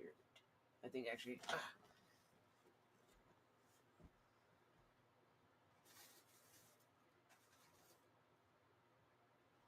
Okay, no. But yeah, I got something like this. So that this was near it last time, so I was looking for that.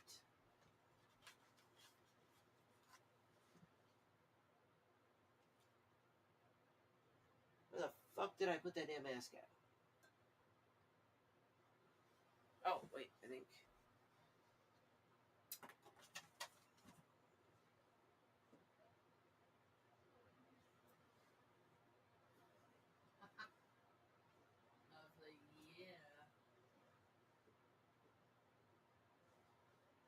Oh,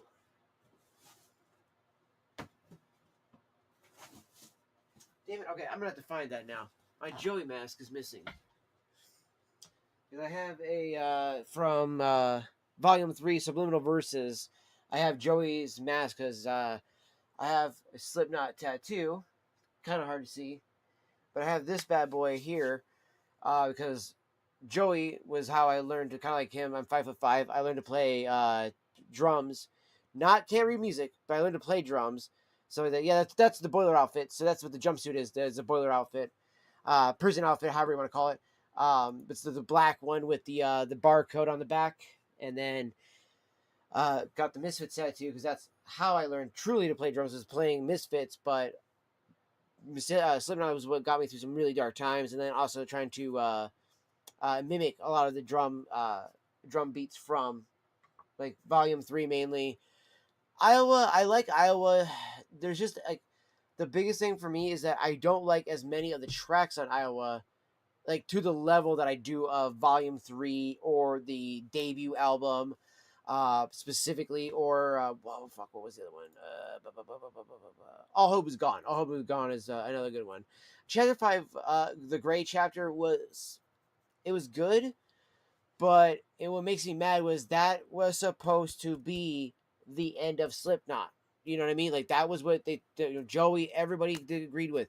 If a member died or lost somebody, that was supposed to be it. Bam.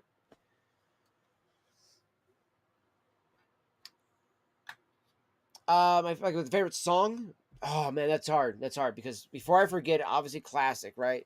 Same with Vermilion, off of those. But Wait and Bleed off of debut album, and then Left Behind off of Iowa. Those two also are like at the same level, I would say, as Before I Forget for what I love, because like Wait and Bleed is just such a good like slow build, and then it just bam like ramps up. Like you get just a tiny moment. You know what I mean? So it's like I definitely like that. You know what I mean? So I like that kind of build up with it.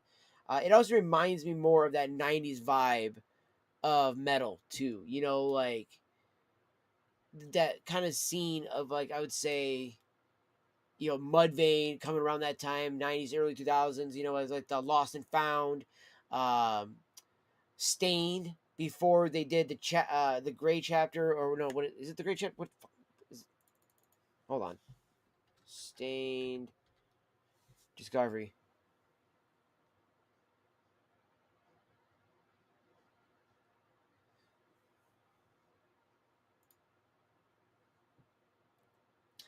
Yeah, because Mudvayne, I want to say that was like what 2001, 2002 when that one dropped for the Lost and Found album.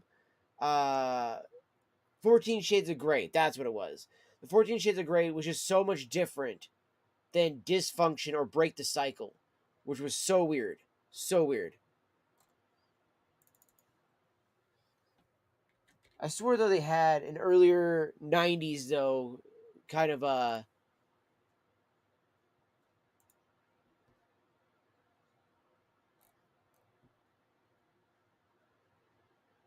yeah, okay, yeah, they did. It was '97, but it was an EP, the Kill Iata.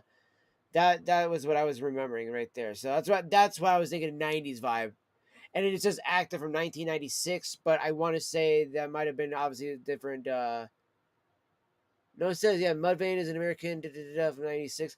See, I remember them having more of an album though, not just one EP, which is crazy that it's just showing the 1997 EP.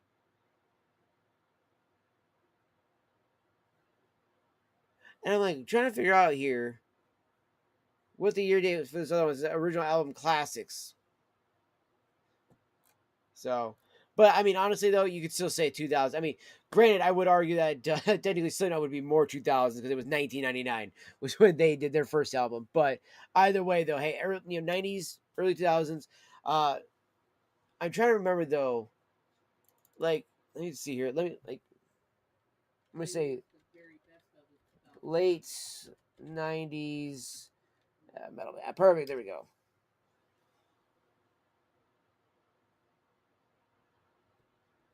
Wait, is it Pantera from like the '80s though?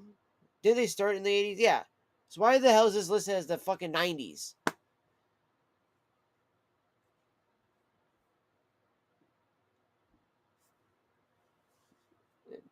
Oh, shit. Wait. There we go. There we go. Try to do a camera angle there. Point it that way. Yeah. No. See, that's what I mean. Like, I listed metal bands of the '90s. We see what it says on Google. How can I trust Google? Right? And my mother screamed like, "You can't!" Like, dude, no fucking shit. Apparently not. What the hell is this? I said metal bands of the '90s. Yeah, yeah, that's kind of what I mean. Like, I was thinking, like, what bands were like known or like started in the maybe do I gotta start? Maybe I gotta list it that way, right?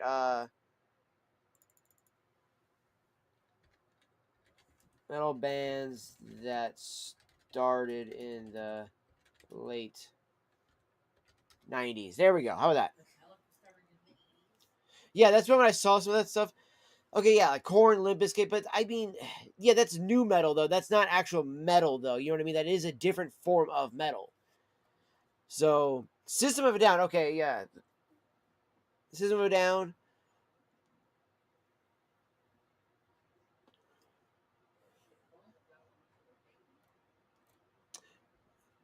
Yeah, that's true. That is true.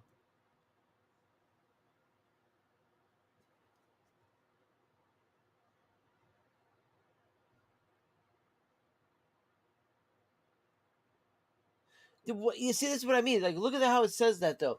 That they were key figures. I mean, I guess maybe just because they're the key figures, it doesn't necessarily mean that they started or anything like that. But I specifically fucking said started, right? You know what I mean?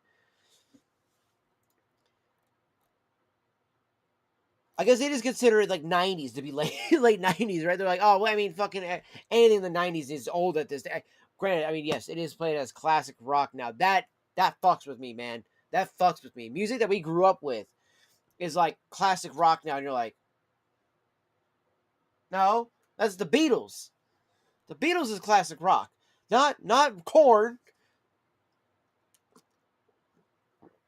You know what I mean?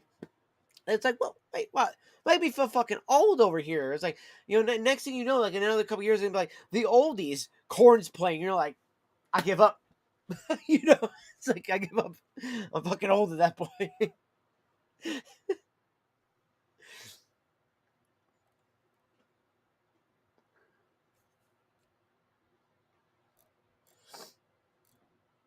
You know what's funny too is I was listening to some Corn the other day, right? Thoughtless, and I gotta say, it's crazy to see. Which I do believe is, yeah, it's on Untouchables if I'm not mistaken. This change that they've had, right? It stayed pretty consistent. I feel like for like the most part, all the way up to I'd say 2002. You know, maybe you could argue maybe even 2003, but 2007 Untitled, that was such a different change. Not, and I'm not going to say bad because I know a lot of people will say that it was a bad change. I think that it was just so different at that time. It was just like it wasn't what we expected from Corn, and it definitely wasn't what I think we were used to from Corn either.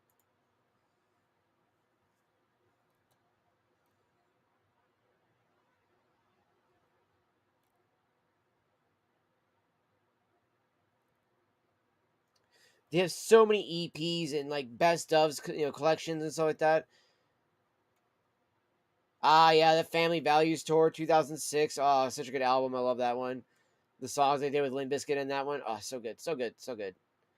I will say the Path of Totality, that wasn't a bad album. It felt like it was kind of like them trying to get back to their roots a little bit, but like honestly, it really does feel like after 2007, Korn has changed. Like you like the yeah. See, I mean, and I think the one I've listened to recently was something off of Requiem. And it did sound bad. It actually sounded fairly good. I was like, okay, that sounds good. I might have to check out the actual album. And it's just like it's kind of like okay. One thing I could always argue about Disturbed, right? And you can love it or hate him, but Disturbed stayed consistent with their sound for the most part, all the way up to 10,000's Fist. And then, as far as what I've been told, they have changed their sound so drastically that it doesn't sound like Disturbed anymore. And that's kind of weird to say, because like, yeah, I know you do, Ma. I know you do. But see, I like old Disturbed. I like a lot of their old school stuff. Just like I like a lot of old school Godsmack. You know, uh, I like a lot of old school Stained. I mean, don't get me wrong. I do like 14 Shades of Grey. It's a good album. It's one of the albums I got when I was about 13 years old. As one of the few albums my stepdad was allowing me to listen to rock wise. And then later on, they let me go hang out with one of my buddies, and at that time he was much older than all of us. So he was like, "Well, I'm gonna just you got an option. I'll buy you a pair of either trip pants or shorts, something like that. From Hot Topic. It's got to be within this range, like $30-$40, and I'll buy you one CD from Hastings." And I was like, "Fuck yeah!" So I got a cool ass pinstripe pair of trip pants that are shorts, which were dope as fuck. Somebody stole those from me. I was pissed. But then I got the Volume 3 Subliminal Verses. That was a banger. So. But it was like, honestly though, like again, Stain's good, but it just Dysfunction was such a banger album, man. Yeah, dude, I agree with that. Like, I do like, so I do like, I don't love, but I do like Mesmerize and Hypnotize. I think they're good albums. But I love Toxicity, and I absolutely love Steal This Album. Now, Toxicity, I do think at times has arguably some better bangers, but I feel like the energy and vibe from Steal This Album is just like it's unbeatable because it's like you still have that energy and vibe from the first album going into that one, whereas like Toxicity, you got a lot of like really nice slow jams, or I really well remember no, let me rephrase that. It's not necessarily a slow jam, but they got ones that had that really beautiful like slow down, ramp up, slow down, ramp like Toxicity itself, right? And then Aerials does a beautiful thing like that too. It slows down. It starts with a very slow, beautiful, melodic kind of vibe to it, and then it builds like almost like an actual crescendo, and then comes back down, does it again, it does it one more time, and you're just like, okay, all right. And it feels like you're going on a wave. Zephyr, I'm sure he does. The self-titled album is best for. I mean, you got Spiders on that one. You got Sugar, dude. Who does not love the song Sugar? Or what is the Pizza Pie song? Yeah, the Pizza Pie one. Oh man, that's just the fucking War. Oh yeah, War, another good one, dude. Oh yeah, dude, that's such good bangers, man. Such good bangers. I keep hitting all these vapes. I've loaded all these pipes up so I can test out these the differences between these tobaccos. Where did I put my German Briar though? Ah, because that's got the I will vape film time. That's got the Ashton's Consummate Gentleman. So this is supposed to be a true English blend. That again, you would have smoked back in the day as a gentleman in a club. Where is my Zippo? Ah,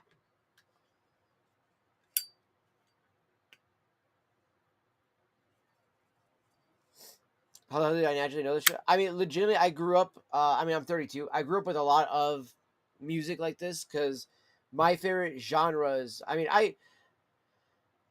I legitimately have grown up with stuff from like I grew listen to opera, classical music, jazz, big band, swing, rock, classic rock, fuck even some oldies, like things like that, and then like Buddy Holly and all that jazz. And then you got fucking metal, new metal, you got fucking death metal. Is a private. I mean, yeah, I mean, I like pretty much all of that shit, like everything out there pretty much has a decent thing. There's a few genres I'm not the biggest fan of, obviously, you know, but prog metal, like, I would say like one of my favorite ones from that.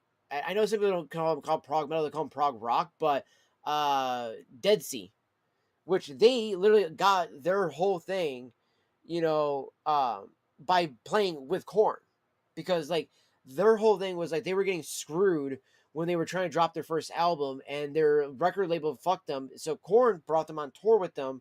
I want to say during the Family Values tour in 2006, and that's how they ended up blowing up. So absolutely love Dead Sea. What is it? Gramercy Park, great album, absolutely great album. So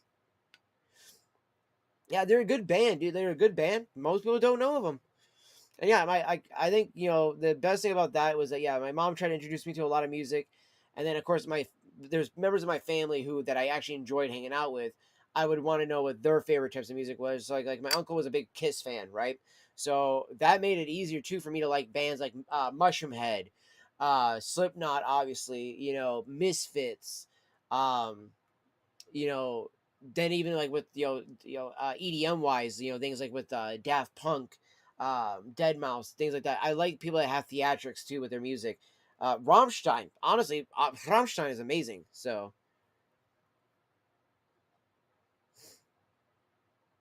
you got there from I do. I mean, I legitimately, what it is, I love the theatrics, right? Like I loved the vibe of the makeup, for Kiss.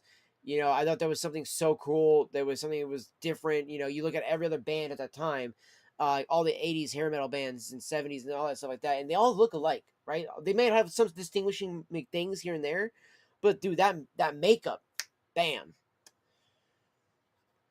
Oh yeah, yeah. No, I still have the Cursed album over there somewhere that's signed. As I Lay Dying, I have the Decades album sitting over there too. Lacuna Coil, we have the what is it? The Karma Code album signed, and a little poster thing signed by them. Yeah, we got to see them and Dragon Force perform live. Though it was sad, I had to choose the signing with Lacuna Coil or watch Atreyu. I got to see him a little bit while I was in the line, but damn it, man, I was so mad. I was like, why would one of my favorite bands have to be playing when I'm fucking getting a signing from another favorite band? Like, what the fuck is this shit? I want to go. I want to go watch them play. Because Atreyu, man, that was great. You could hear them playing. You could hear Lip Gloss and Black and everything like that just blasting from a ways. You're just like, oh, so good. And also, you were right by the way, I meant to say earlier on Korn, it does say actor from 1993. So when you were saying your first guest there with the 93 one, yeah, you were correct on that one.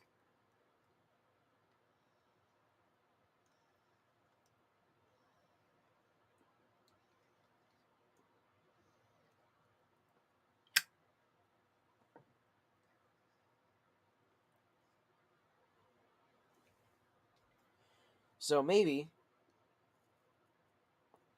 just maybe, I might need to use the Zippo, I guess, to light this. Because I'm not getting that floral note I was getting earlier from the Consummate Gentleman. Because I really do love this one. This English blend. I'm not getting that stupid type of taste there, so. I mean, extra. Yeah, fair point on that. Now, yeah, and it's funny too because like the last few nights, streams between Kick, Rumble, and YouTube. 'Cause I multi-stream. I'm on all three of them at the moment, right? Uh, we've had like somebody though out of each platform each night come in and have a discussion with something that legitimately has been fun to actually have a topic on, or actually like conversate about, like with obviously music. Always love talking about music and shit like that. But just the other day we had our buddy on Rumble who came through here and we were talking about tobacco and everything like that. And then a couple days before that though, we were talking about what we call it, the horror games and stuff like that that were out at the moment. And there's some of the fun and shit that's able to do with like Phasmophobia, a lot of the updates they've been doing. Demonologist, that's another game I feel like a lot of people sleep on, dude. Demonologist is a good game. It's a good game. So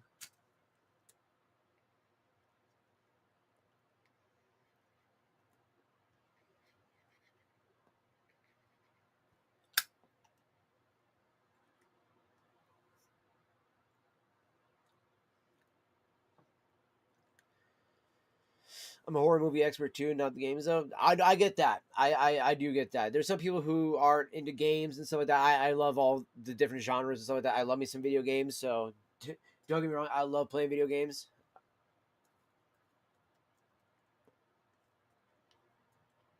But I do love watching movies too, though. I will say, yeah, especially with the topic, obviously, of today's video, as we were talking about, because I was going over the fact that I'd watched this and I was kind of going over the ideas of some of the theories and some of the ideas from the show. I don't know if you've seen the show or not yet. Hopefully you have. Um, but Welcome to Derry, great show. I think it's very well done. Probably one of like the best things we've seen HBO perform in a long time. And I gotta say, episode 7 was got me right in the hearts, man. Got me right in the hearts. So disagree on what?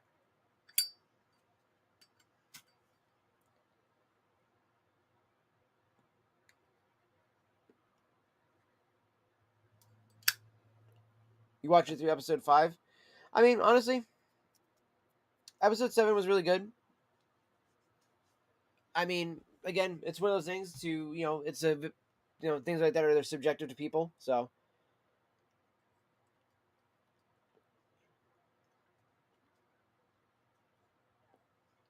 I will say, yeah, I do not like some of the characters. Trust me, I do not like some of the characters. This one is not wanting to stay lit properly. Hmm. There we go.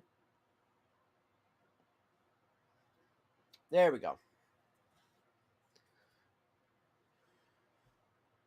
Sounds good, Madre.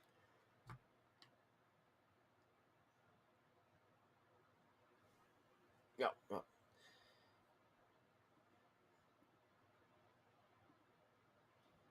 Hold on. Why the fuck? Can I? Hold on, I'm trying to undelete that.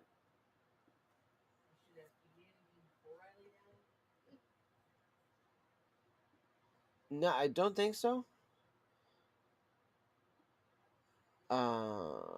Ba, ba, ba, ba, ba, ba, ba.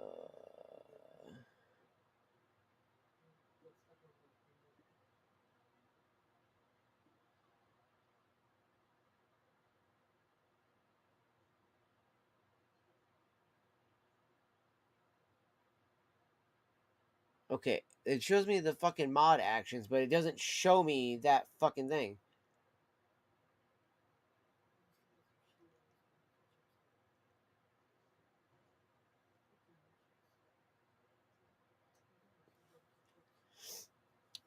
Well, I mean, the first episode, obviously, we lose a couple of the characters, right?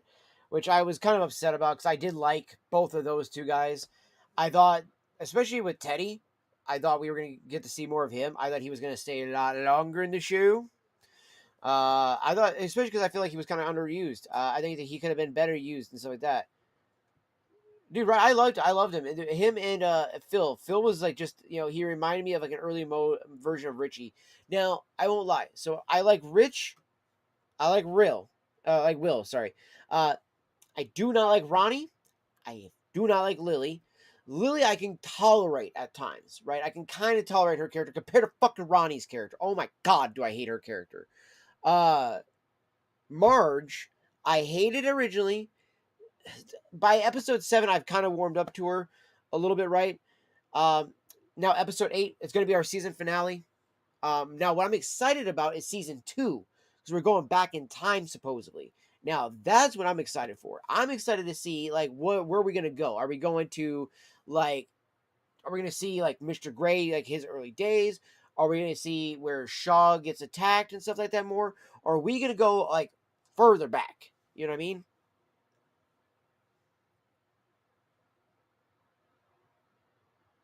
Yeah. Like those are the two girls I don't like. Ronnie and Lily.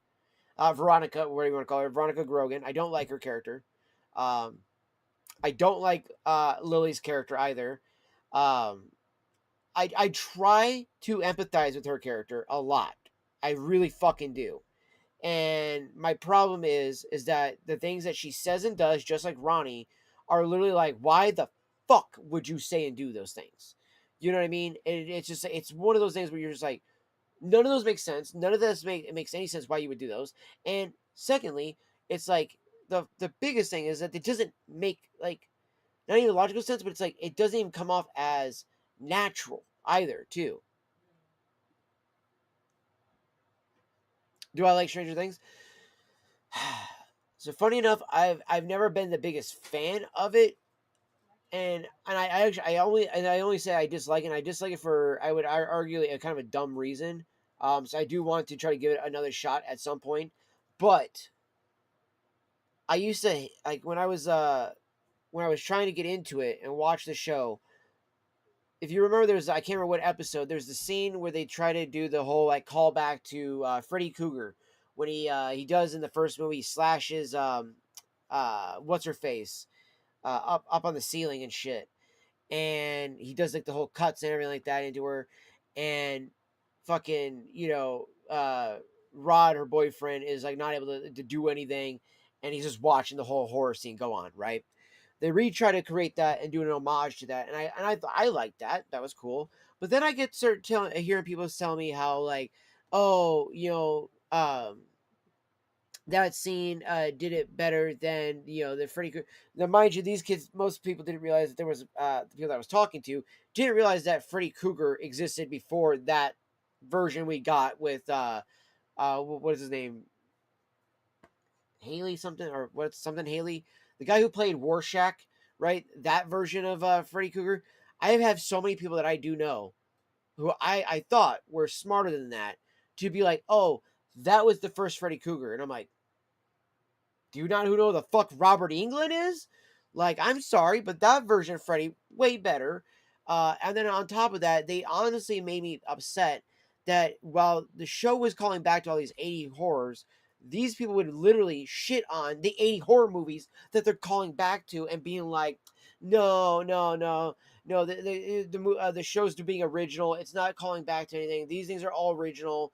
It's all new. it's this, and I'm just like, okay, bro, like, all right. I'm like, the whole show is like an homage to 80s horror, especially like the first season, and I was like, I don't know how to tell people, that like it's hard for me to want to watch a show that got ruined to me by the hype of everybody else. It's kind of like I don't like Game of Thrones. I fucking hate Game of Thrones.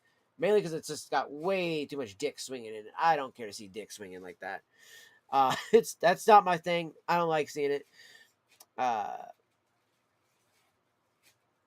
did I like the Wes Craven, like the his actual version, or do you talk about their wannabe version of it?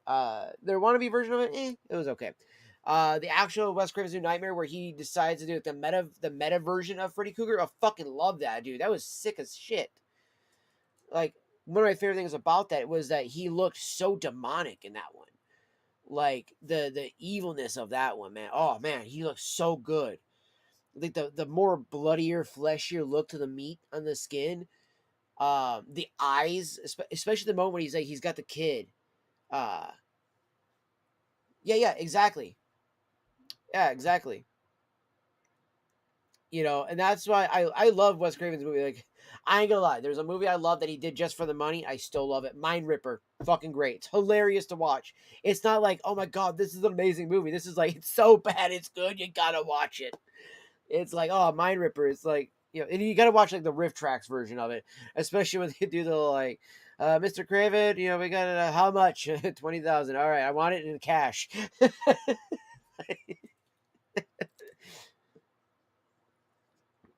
And I think he only did the movie too. I think it was because his son wanted to do get his name in crediting, so he could do producing and stuff like that. The People Under the Stairs is your Wes Craven B movie. It's funny because my lady keeps wanting me to watch that one. I have not. Went to watch it with her one time, and I was so stoned I fell asleep. I forgot about it. I was like, God damn. That's like the other one. I need another movie like that's out there that I really need to watch. I've heard it's a B movie, but it's a Stephen King movie. It's part of the Macroverse. Tommy Knockers. I need to see that one because I like Sleepwalkers. That's a B movie. Same with Maximum Overdrive, but I would argue that Maximum Overdrive is fucking banger. I would definitely argue on that one. All right. Nothing about fucking like all of a sudden random ass electronics just coming to life and trying to butcher your ass. I think we all would have that fear nowadays. Okay, a bit more so. I think Maximum Overdrive would work way better nowadays than it did back in the day when it was filmed. So, just a thought that somebody should bring that back as a reboot. Just saying, it makes so much more sense. So I will say I like some of the like of his adaptations and stuff like that. I don't like all. I don't like all of them. Right.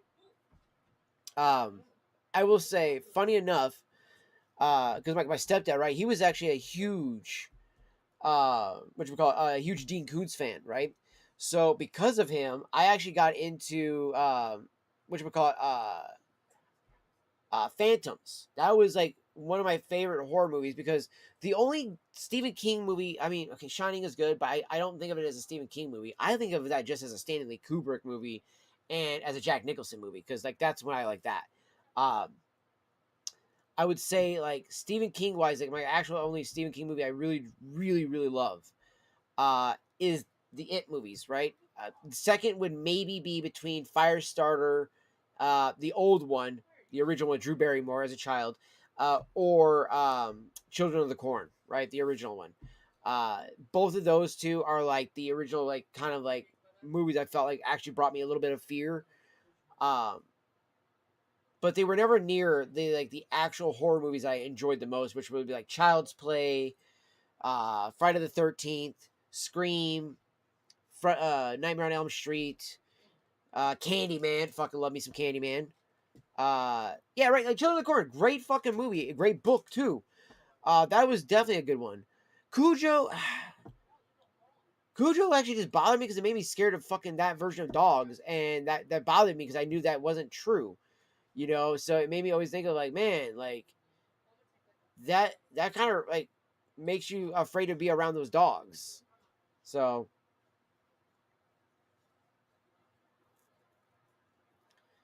but like Oh, dude, don't even start me on Puppet Master. I would go down a bad rabbit hole on that one. I love that movie. I love all those schlocky horror movies like that one. Their entire series, it gets a little weird. It gets a little weird. But the original Puppet Master will still be crowning king. But yeah, Blue Moon, yeah, Blue Moon Entertainment, dude. They're entertaining. So let's put it that way. Put it that way. They're entertaining. They're definitely a good movie to just sit there and hang out with the lady to, and just just enjoy some time together. So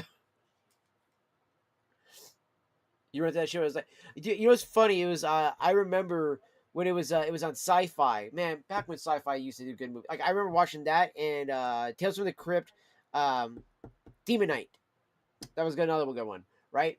So I remember though, Puppet Master comes on, and my grandmother absolutely loved that movie. Now she hates it, and I don't understand it. But I was probably like around like I maybe it was around like maybe 6 or 7. I don't know. I can't remember what it was when I saw that movie come on Sci-Fi, and I remember that specifically. The reason I remember it was because I just got done watching Tremors. Fucking love Tremors. And I was all like, all right, cool, that's all done. And then that pops on. And I just went and made another can of raviolis at that time. And I got screwed because we thought we bought 2 cans of regular ones, and the other one was spicy sausage. And I was not into spicy foods at that point as a child, and it fucking sucked. Because it was like heavily spicy, dude. Right, I love Tremors. I do not like that we killed off Michael Gross now in the newer one. Bullshit. But I know he wanted to go do other things and want to retire and everything like that. So I get that. I do understand and respect that. But Tremors 1 through 3, oh, actually 1 through 4, because I do like Back to Perfection. That one was actually pretty fun. It's dumb. I didn't like the monsters in that one as much because it didn't make sense why we only got to see those ones. So yeah, right. Kevin Bacon in the original one, I love that, and it made me so mad because now he wanted to come back and do them. Now nobody wants to do the movies anymore. You're like, fucking what the shit, man? And uh, what you call it? Oh, we definitely need to get the game too. We have too much AI, dude. 100%.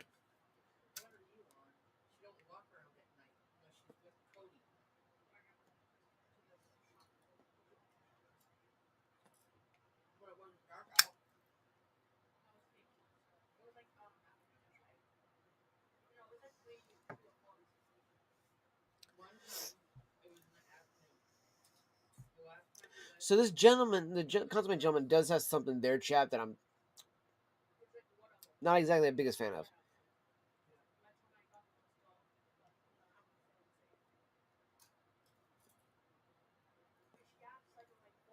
That's why I loved the original Thing, right? I'm a big John Carpenter fan.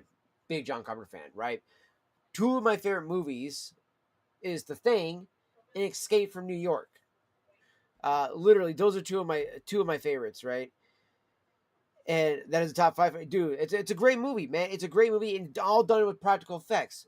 The fact that the fucking prequel got screwed just because the fucking producers were like, yeah, we don't want to trust the practical effect guys, so let's go ahead and and scrap that shit. And then if you want to see what those guys could do, go watch The Harbinger. That's their movie.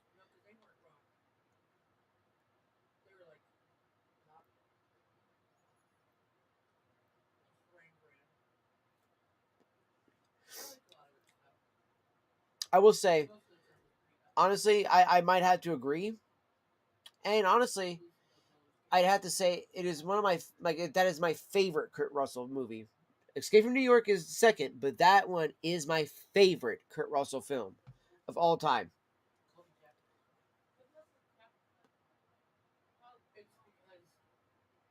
And I think what makes the Thing so iconic for me, it's that tension and fear of not being able to trust anybody around you, right? That idea of you're trapped, isolated, and you have to be able to just trust whoever's around you, and you can't.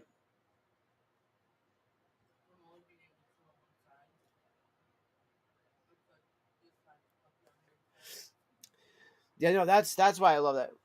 Kurt Russell's character was like in both of his movies. Again, I know Carpenter loves him enough to put him in both of those movies. And then he did his sequel to New York with Escape from L.A.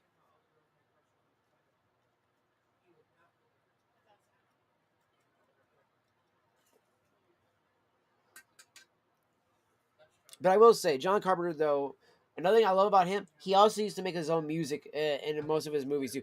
Vampires, another great one. John Carpenter's Vampires is such a good one. Good B movie, I should say.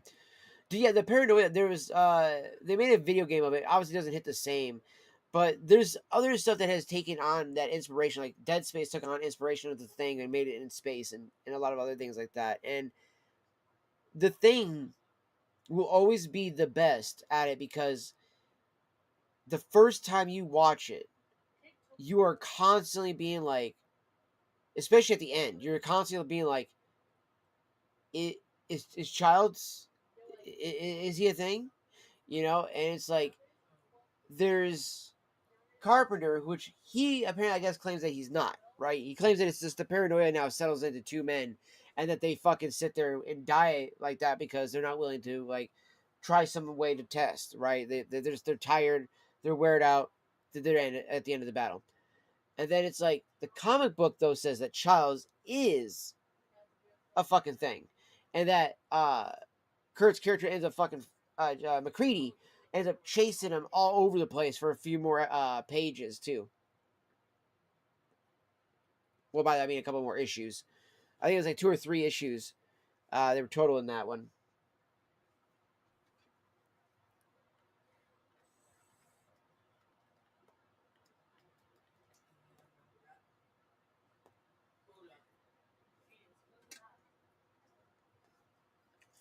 It is, and it's like my other favorite one too is the you know yeah, I do too, and my favorite thing also about that is the setting too. You're in the Antarctic. There's nowhere to go. So it's not even just the paranoia; it's the isolation too.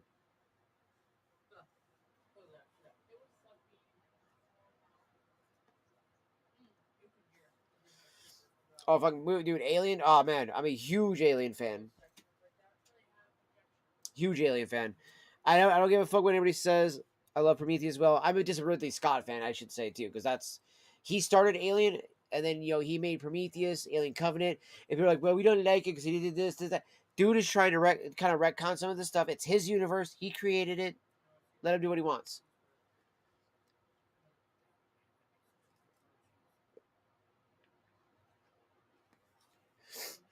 Dude, Alien is the thing I do like. Yes, because there is that sense of isolation, but there is that still sense of paranoia though too at times, right? Like at least in the small moments, because if you don't know if somebody's been face hugged or not, or you also don't know who might be an android, especially with the whole Ash thing. I did like that. That was a cool moment, right? Because you could always tell that there was something off with this character up until that moment. And you're like, there's something weird about this dude. Like he obviously is, he's a company man. You kind of just feel that, but then you're like, is he just a company man, or is there something more that meets the eye? And then you see the white blood come down his face, and you're like, the fuck? And then he starts making all the noises, and then you're like, he's a fucking robot.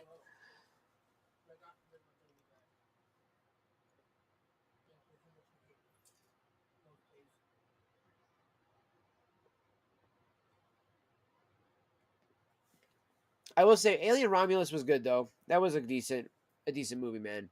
I didn't like the CGI bullshit. Why are we doing that too? By the way, why do we bring back people who have passed away and then bring them back super young looking and it looks like shit? And their excuse was, it's an android, and it's like his skin's all plasticky. It's like,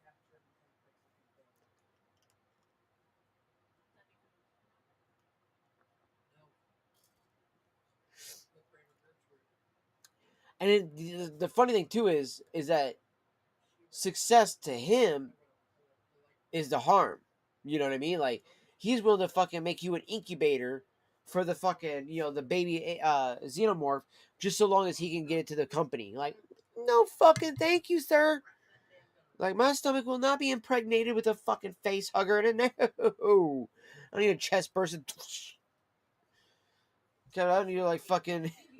So I do love in Spaceballs when they have John Hurt do it. He gets on the kid table. He's like, "Oh no, not again!" Such a good classic for that. That's like looking at Aliens too, the sequel, right, with Burke. You almost like you get that feeling of like there's no way they're gonna do that twice, right? There's no way you're gonna make the company man twice be the shitty dude, right? And he gets the same idea, like, hey, yeah, we're just gonna impregnate you and the little girl with the fucking the alien and get you guys back to Earth. Like, what the fuck? And why is it like okay? That is the one thing I'm not a fan of in the whole show right now with it. Welcome to Derry is the whole idea of like the idea that at first they were like we're gonna contain it. With the actual ideas, he actually wants to release it and make everybody fearful. So that way, after it's harvest enough, that calm after will make everybody peaceful and subservient to American law. So it's like, oh, so you mean that everything that you bitch about the communists over there, over in Russia at that time, you're gonna do over here in America. Oh, good, good, good, good. All right, Shaw, you're a fucking idiot. So yeah, again, the writing on it, I do agree. But at the same time, though, bro, you gotta think about it this way. That is also though what was in the book. Like for the most part, that's in the book. So it's like you start to have to wonder, like, okay, you know, how stupid is Stephen King, and how the hell did he become this huge successful writer, and all this other shit like that? When in realities, most of his shit is pretty stupid. Yeah, just a little bit, just a little bit,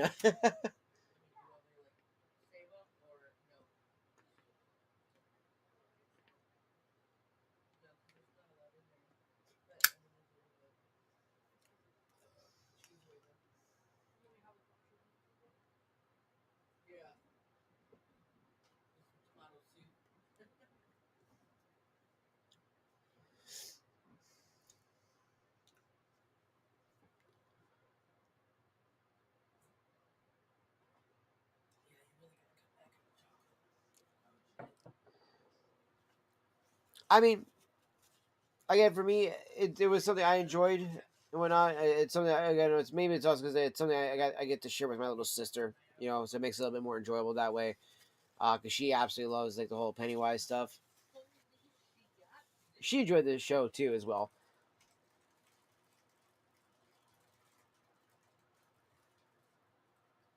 Because we had up to see episode 5 available to us. We watched all 5 of those. Then we watched season 6 when it came out, and then or season 6, it's episode 6 and episode 7, which is the only reason why I can actually recommend it to my mom a bit because she has that clonophobia, which is the scared of clowns. Um, and so like that's one thing I was like, oh yeah, I can recommend it for you because of that reason. But afterwards, he's in it a lot. But it's also because it's a lot of the idea of it building up on other things that they're scared of. Most of them aren't scared of that yet.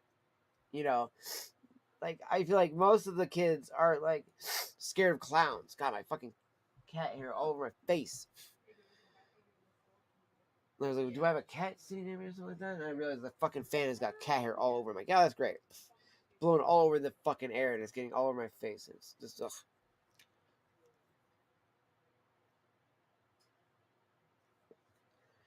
That's why I'm also excited to see season 2, because again, for me, it doesn't even have to have him in it there as Pennywise. I like that he's a shape shifting entity.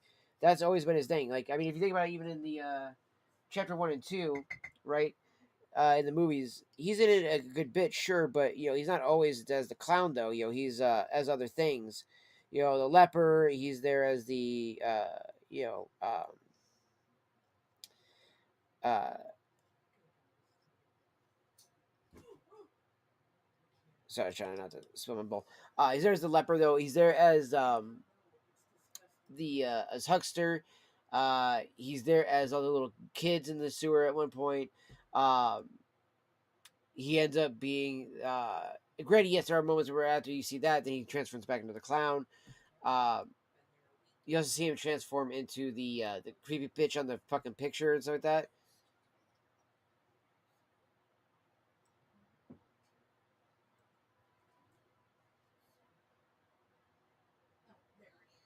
He sounds like I mean, ideally, that's the idea of him. Well, not really. Ideally, he's worse than Satan in a sense because like he's just an otherworldly entity that just likes to feed on your fear. You know what I mean? So like that's the idea of him really. So and that's why I like that he's also a shapeshifter in that sense that he can be whatever. Because like for the Native American tribe, as they saw man, they saw him as like they obviously like the Catholics and all that shit coming to their town villages and shit, along with all the other versions of the white man. And then you have like that fucking moose that it was representation of too, because it also originally came to them as a bird, as just like a big raven that came down and started eating people and whatnot. So there's that, you know. Then there's also in the book it appears to him as Dracula, Frankenstein, the werewolf, and everything like that, because those were apparently things that scared Stephen King. Yeah, just pointing that out. That's how much of a little bitch he is. That those Universal monsters back in those days scared him as a child.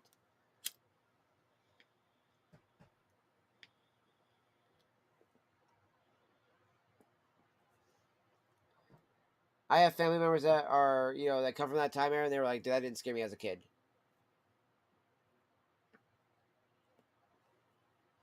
They're like, even for the time era, it didn't scare you as a kid.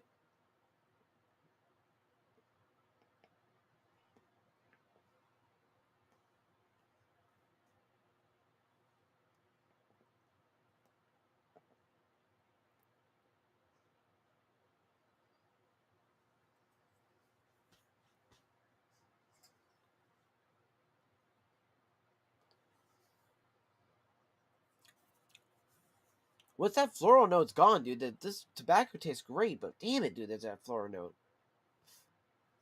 There's a fucking cat hair on that.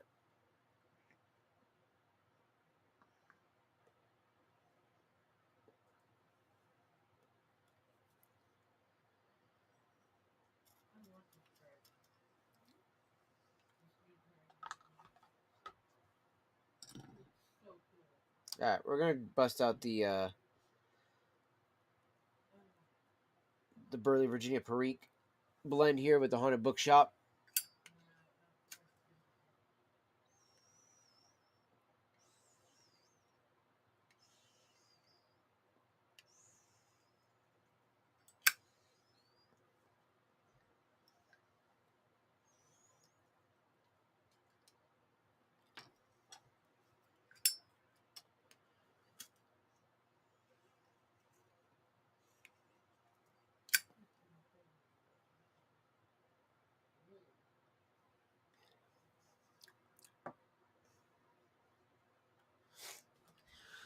All right. Well, the nice thing about that one, about the Haunted Bookshop, there, chat, is that it's got a really good flavor to it.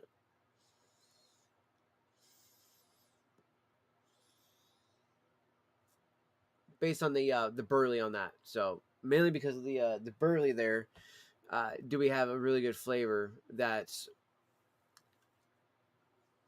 both nutty and earthy at the same time.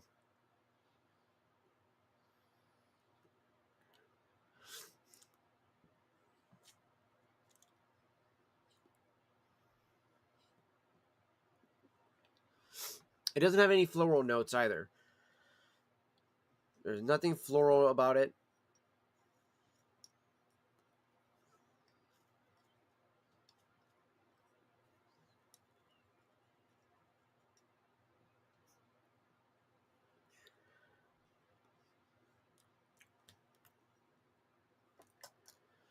It's definitely earthy and nutty, which is a nice. I don't get much of that plum, and I definitely get the pepper though. I definitely taste that pepper.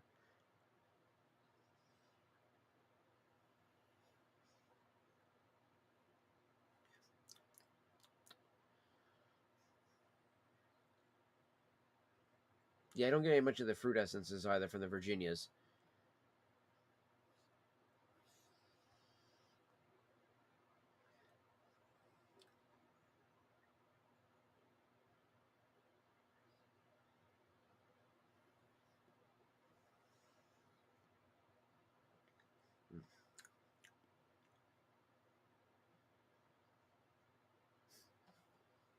The aroma from it, the room note, very pleasant on that. Like I said, after I get through the other bowl, we'll let the cigar. I was saying, dude, that's the other thing too. Whenever I see Shaw smoking a cigar in the show, I'm always like, oh man, a cigar does sound good right about now. You know, it's like I could smoke a cigar right about now.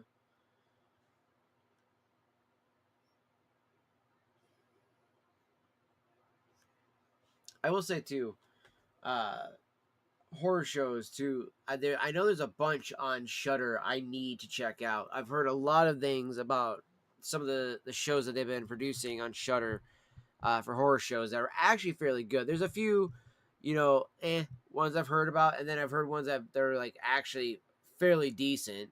Another one I need to catch back up on is the Chucky show, because I will say the first few seasons I watched they were fairly decent.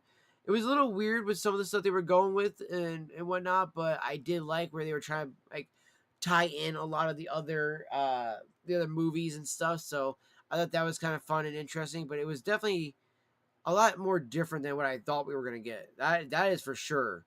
It went in a very different direction than what I thought we were gonna get.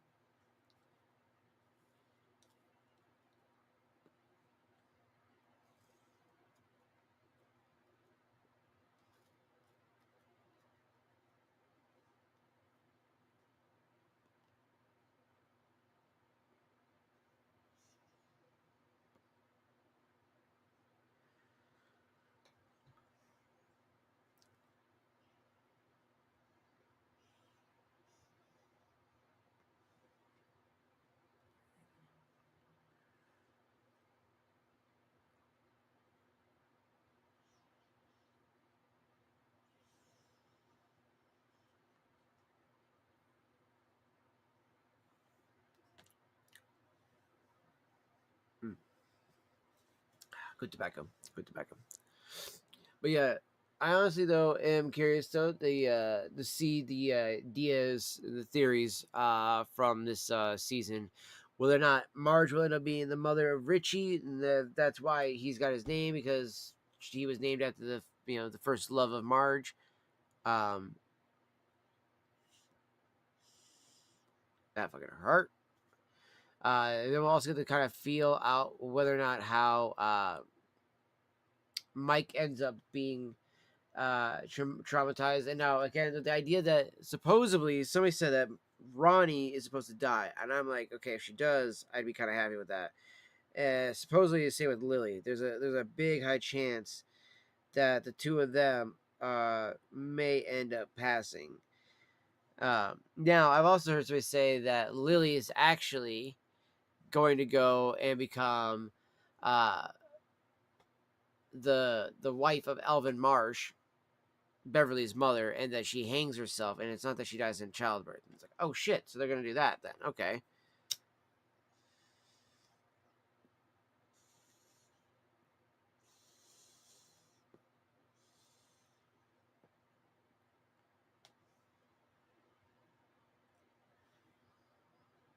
Oh.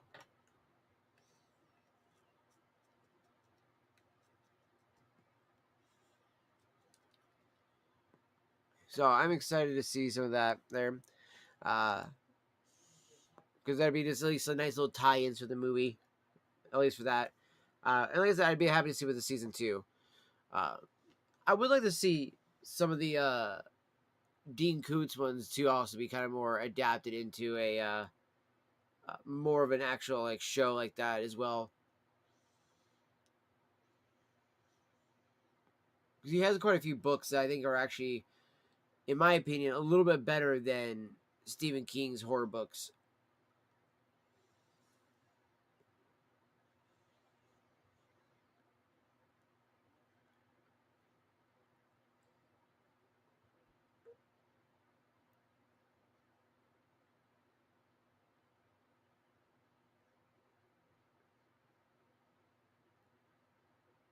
I was trying to think in my head. I'm like, what is like? Because other than Phantoms, right there, that's a good movie. I know, like, isn't Odd Thomas actually one of his one of his adaptations as well?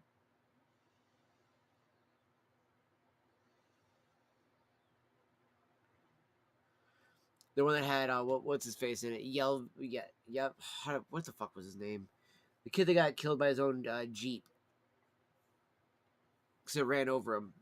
Which, what a shitty thing. They end up recalling it right after that happens. Or during when it was happening, too.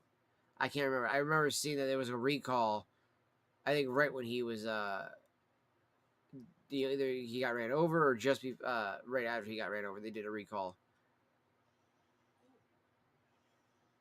Which would have been probably because of him.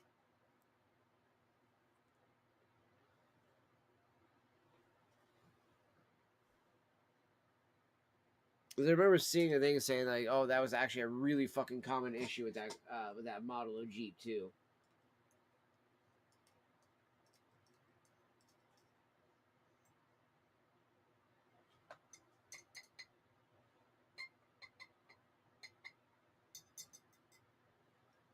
Okay.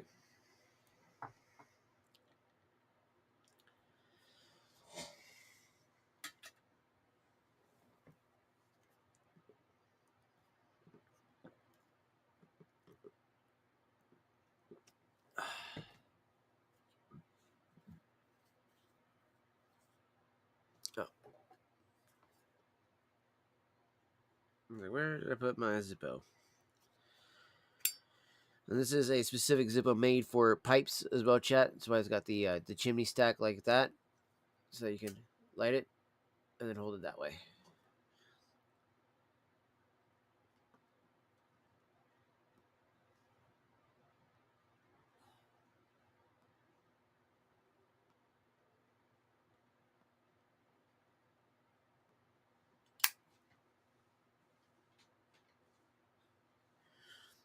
Which the guy who made Zippos was actually a pipe smoker himself.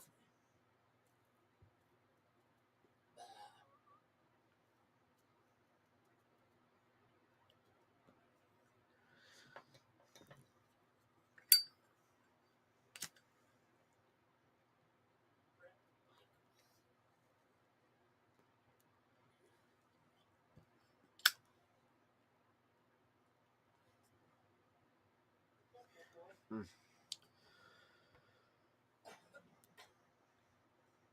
Such a good tobacco.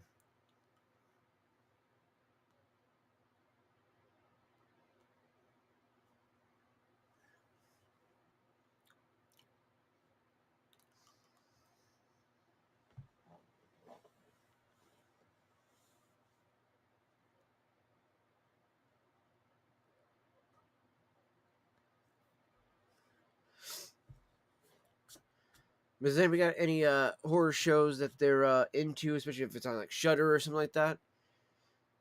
Drop it in the chat. Let me know what you guys are digging, or any horror movies you recommend. Like newer horror movies, I should say.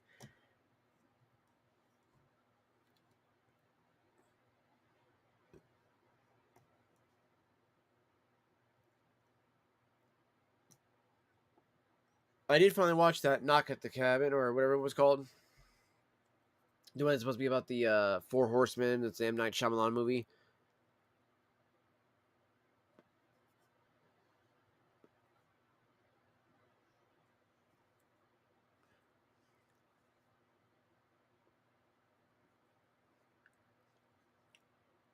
It wasn't bad. It had some moments that definitely frustrated me with the fucking writing, but it was still a decent movie though. I ended up liking the end at overall of the movie.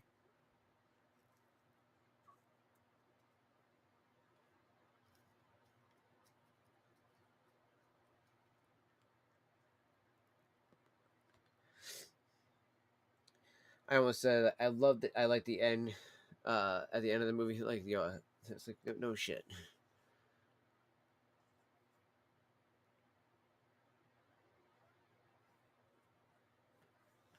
It's like that sounds so stupid when you say like the end of the end. Yeah, I like the end of the end. Sounds so dumb. Sounds like, yeah, the end overall was definitely the high point of the movie though. Like, it was just like, wow, like especially like the last 30-40 minutes of the movie was actually but I felt like it was also kind of like one of those fucking like, like Paranormal Activity movies too, like that sense, because it's like always the last 20 minutes of the movie always the best. It's like, what the fuck, man.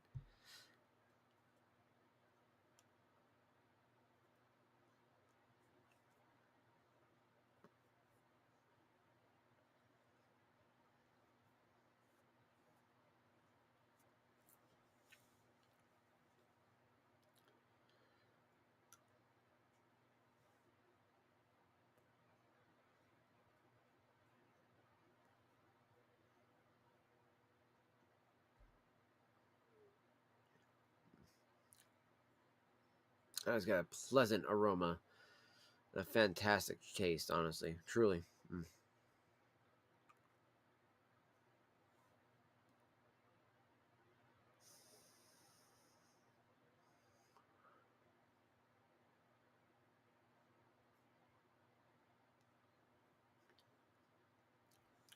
Mm. I have gotta get this lit up here in just a moment. I think when I do that, though, we'll probably take a few puffs and then we'll go ahead and drop the stream so I can pop out a movie and relax and then go and shower up after that and hop into bed.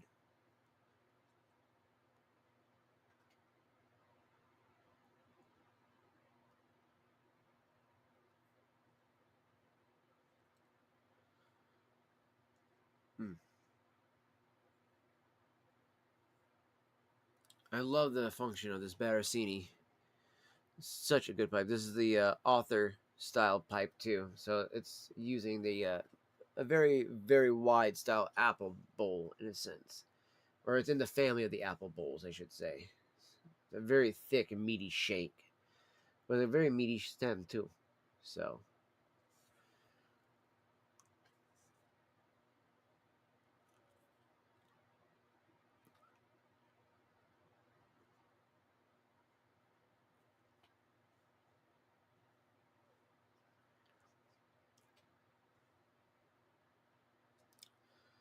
ah,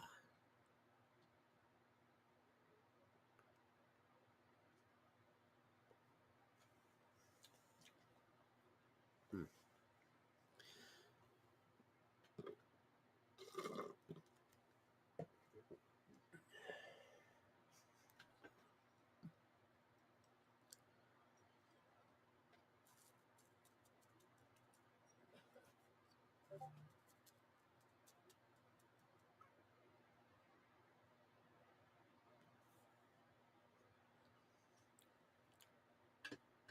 Sit down for a second.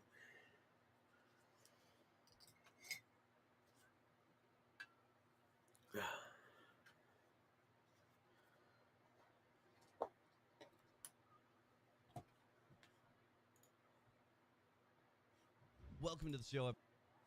Oh, I love that as soon as I click on some of these, they're just instantly boys, playing. you Like, wanna I get don't here? understand why.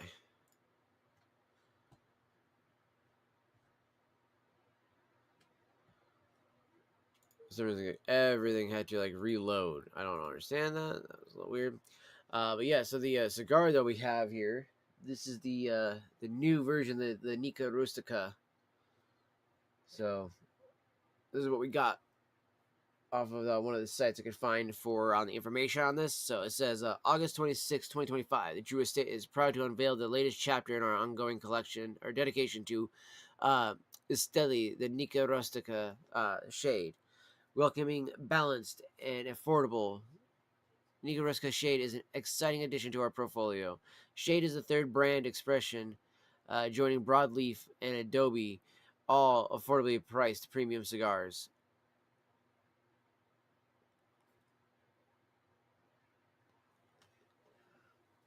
From Sag Harbor, New York, Jonathan Drew, founder and president of Drew Estate, says, from the music-filled barrios of Esteli, Nicaragua, to the beautiful sunny windswept mountains north, the geography and people of Nicaragua and the city we call home have always been at the forefront of the Nica Rustica brand.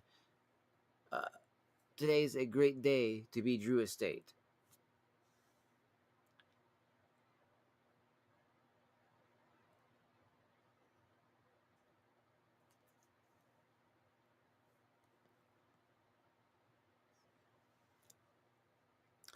The Nica Rustica shade is a mellow to medium bodied traditional cigar that is perfect for even the most discerning cigar connoisseur who is also economy conscious. Nica Rustica shade spotlights a luxurious, silky smooth Ecuadorian Connecticut wrapper over top a Mexican binder leaf and an intricate, balanced blend of Nicaraguan, American, and Dominican Republic fillers. The five country combination creates effortless depth and complexity. The full layered flavor marries beautifully. And I would concur with that. I have a Toro of this, so it's going to be that guy right there.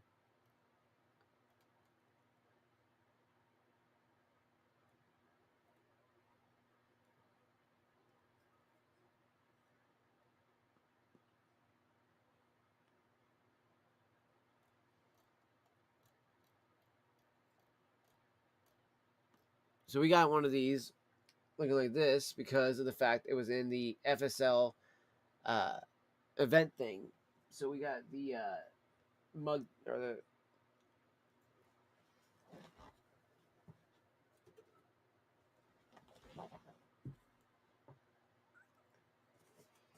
I got in the whatchamacallit, the it's called the Freestyle Live deal, hashtag deal they have. So you got a tumbler, which I have a tumbler from these guys.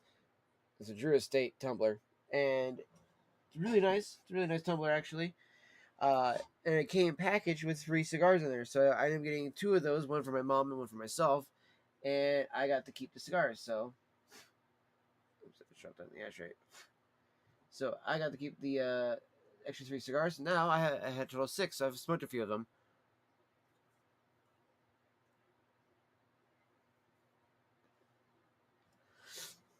And of course, now I gotta take a piss real quick, chat. Be right back.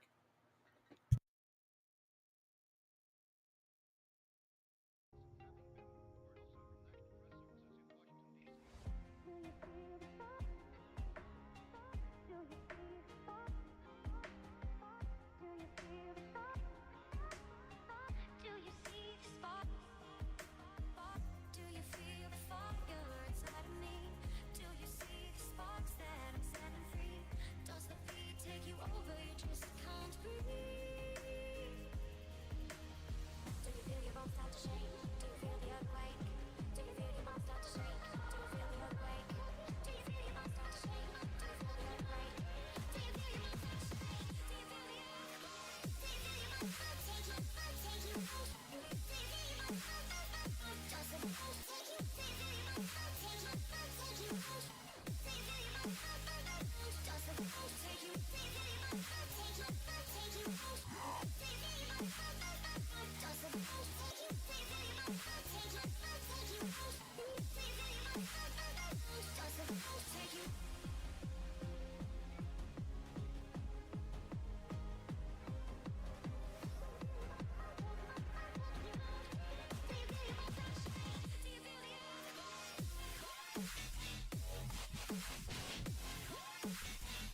Alright, I am back.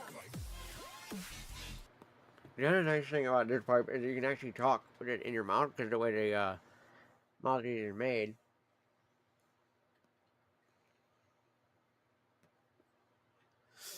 It actually makes it fairly easy to do so, which is nice.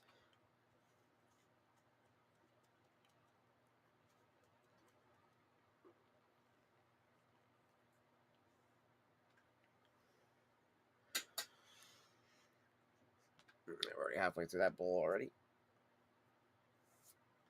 Alright.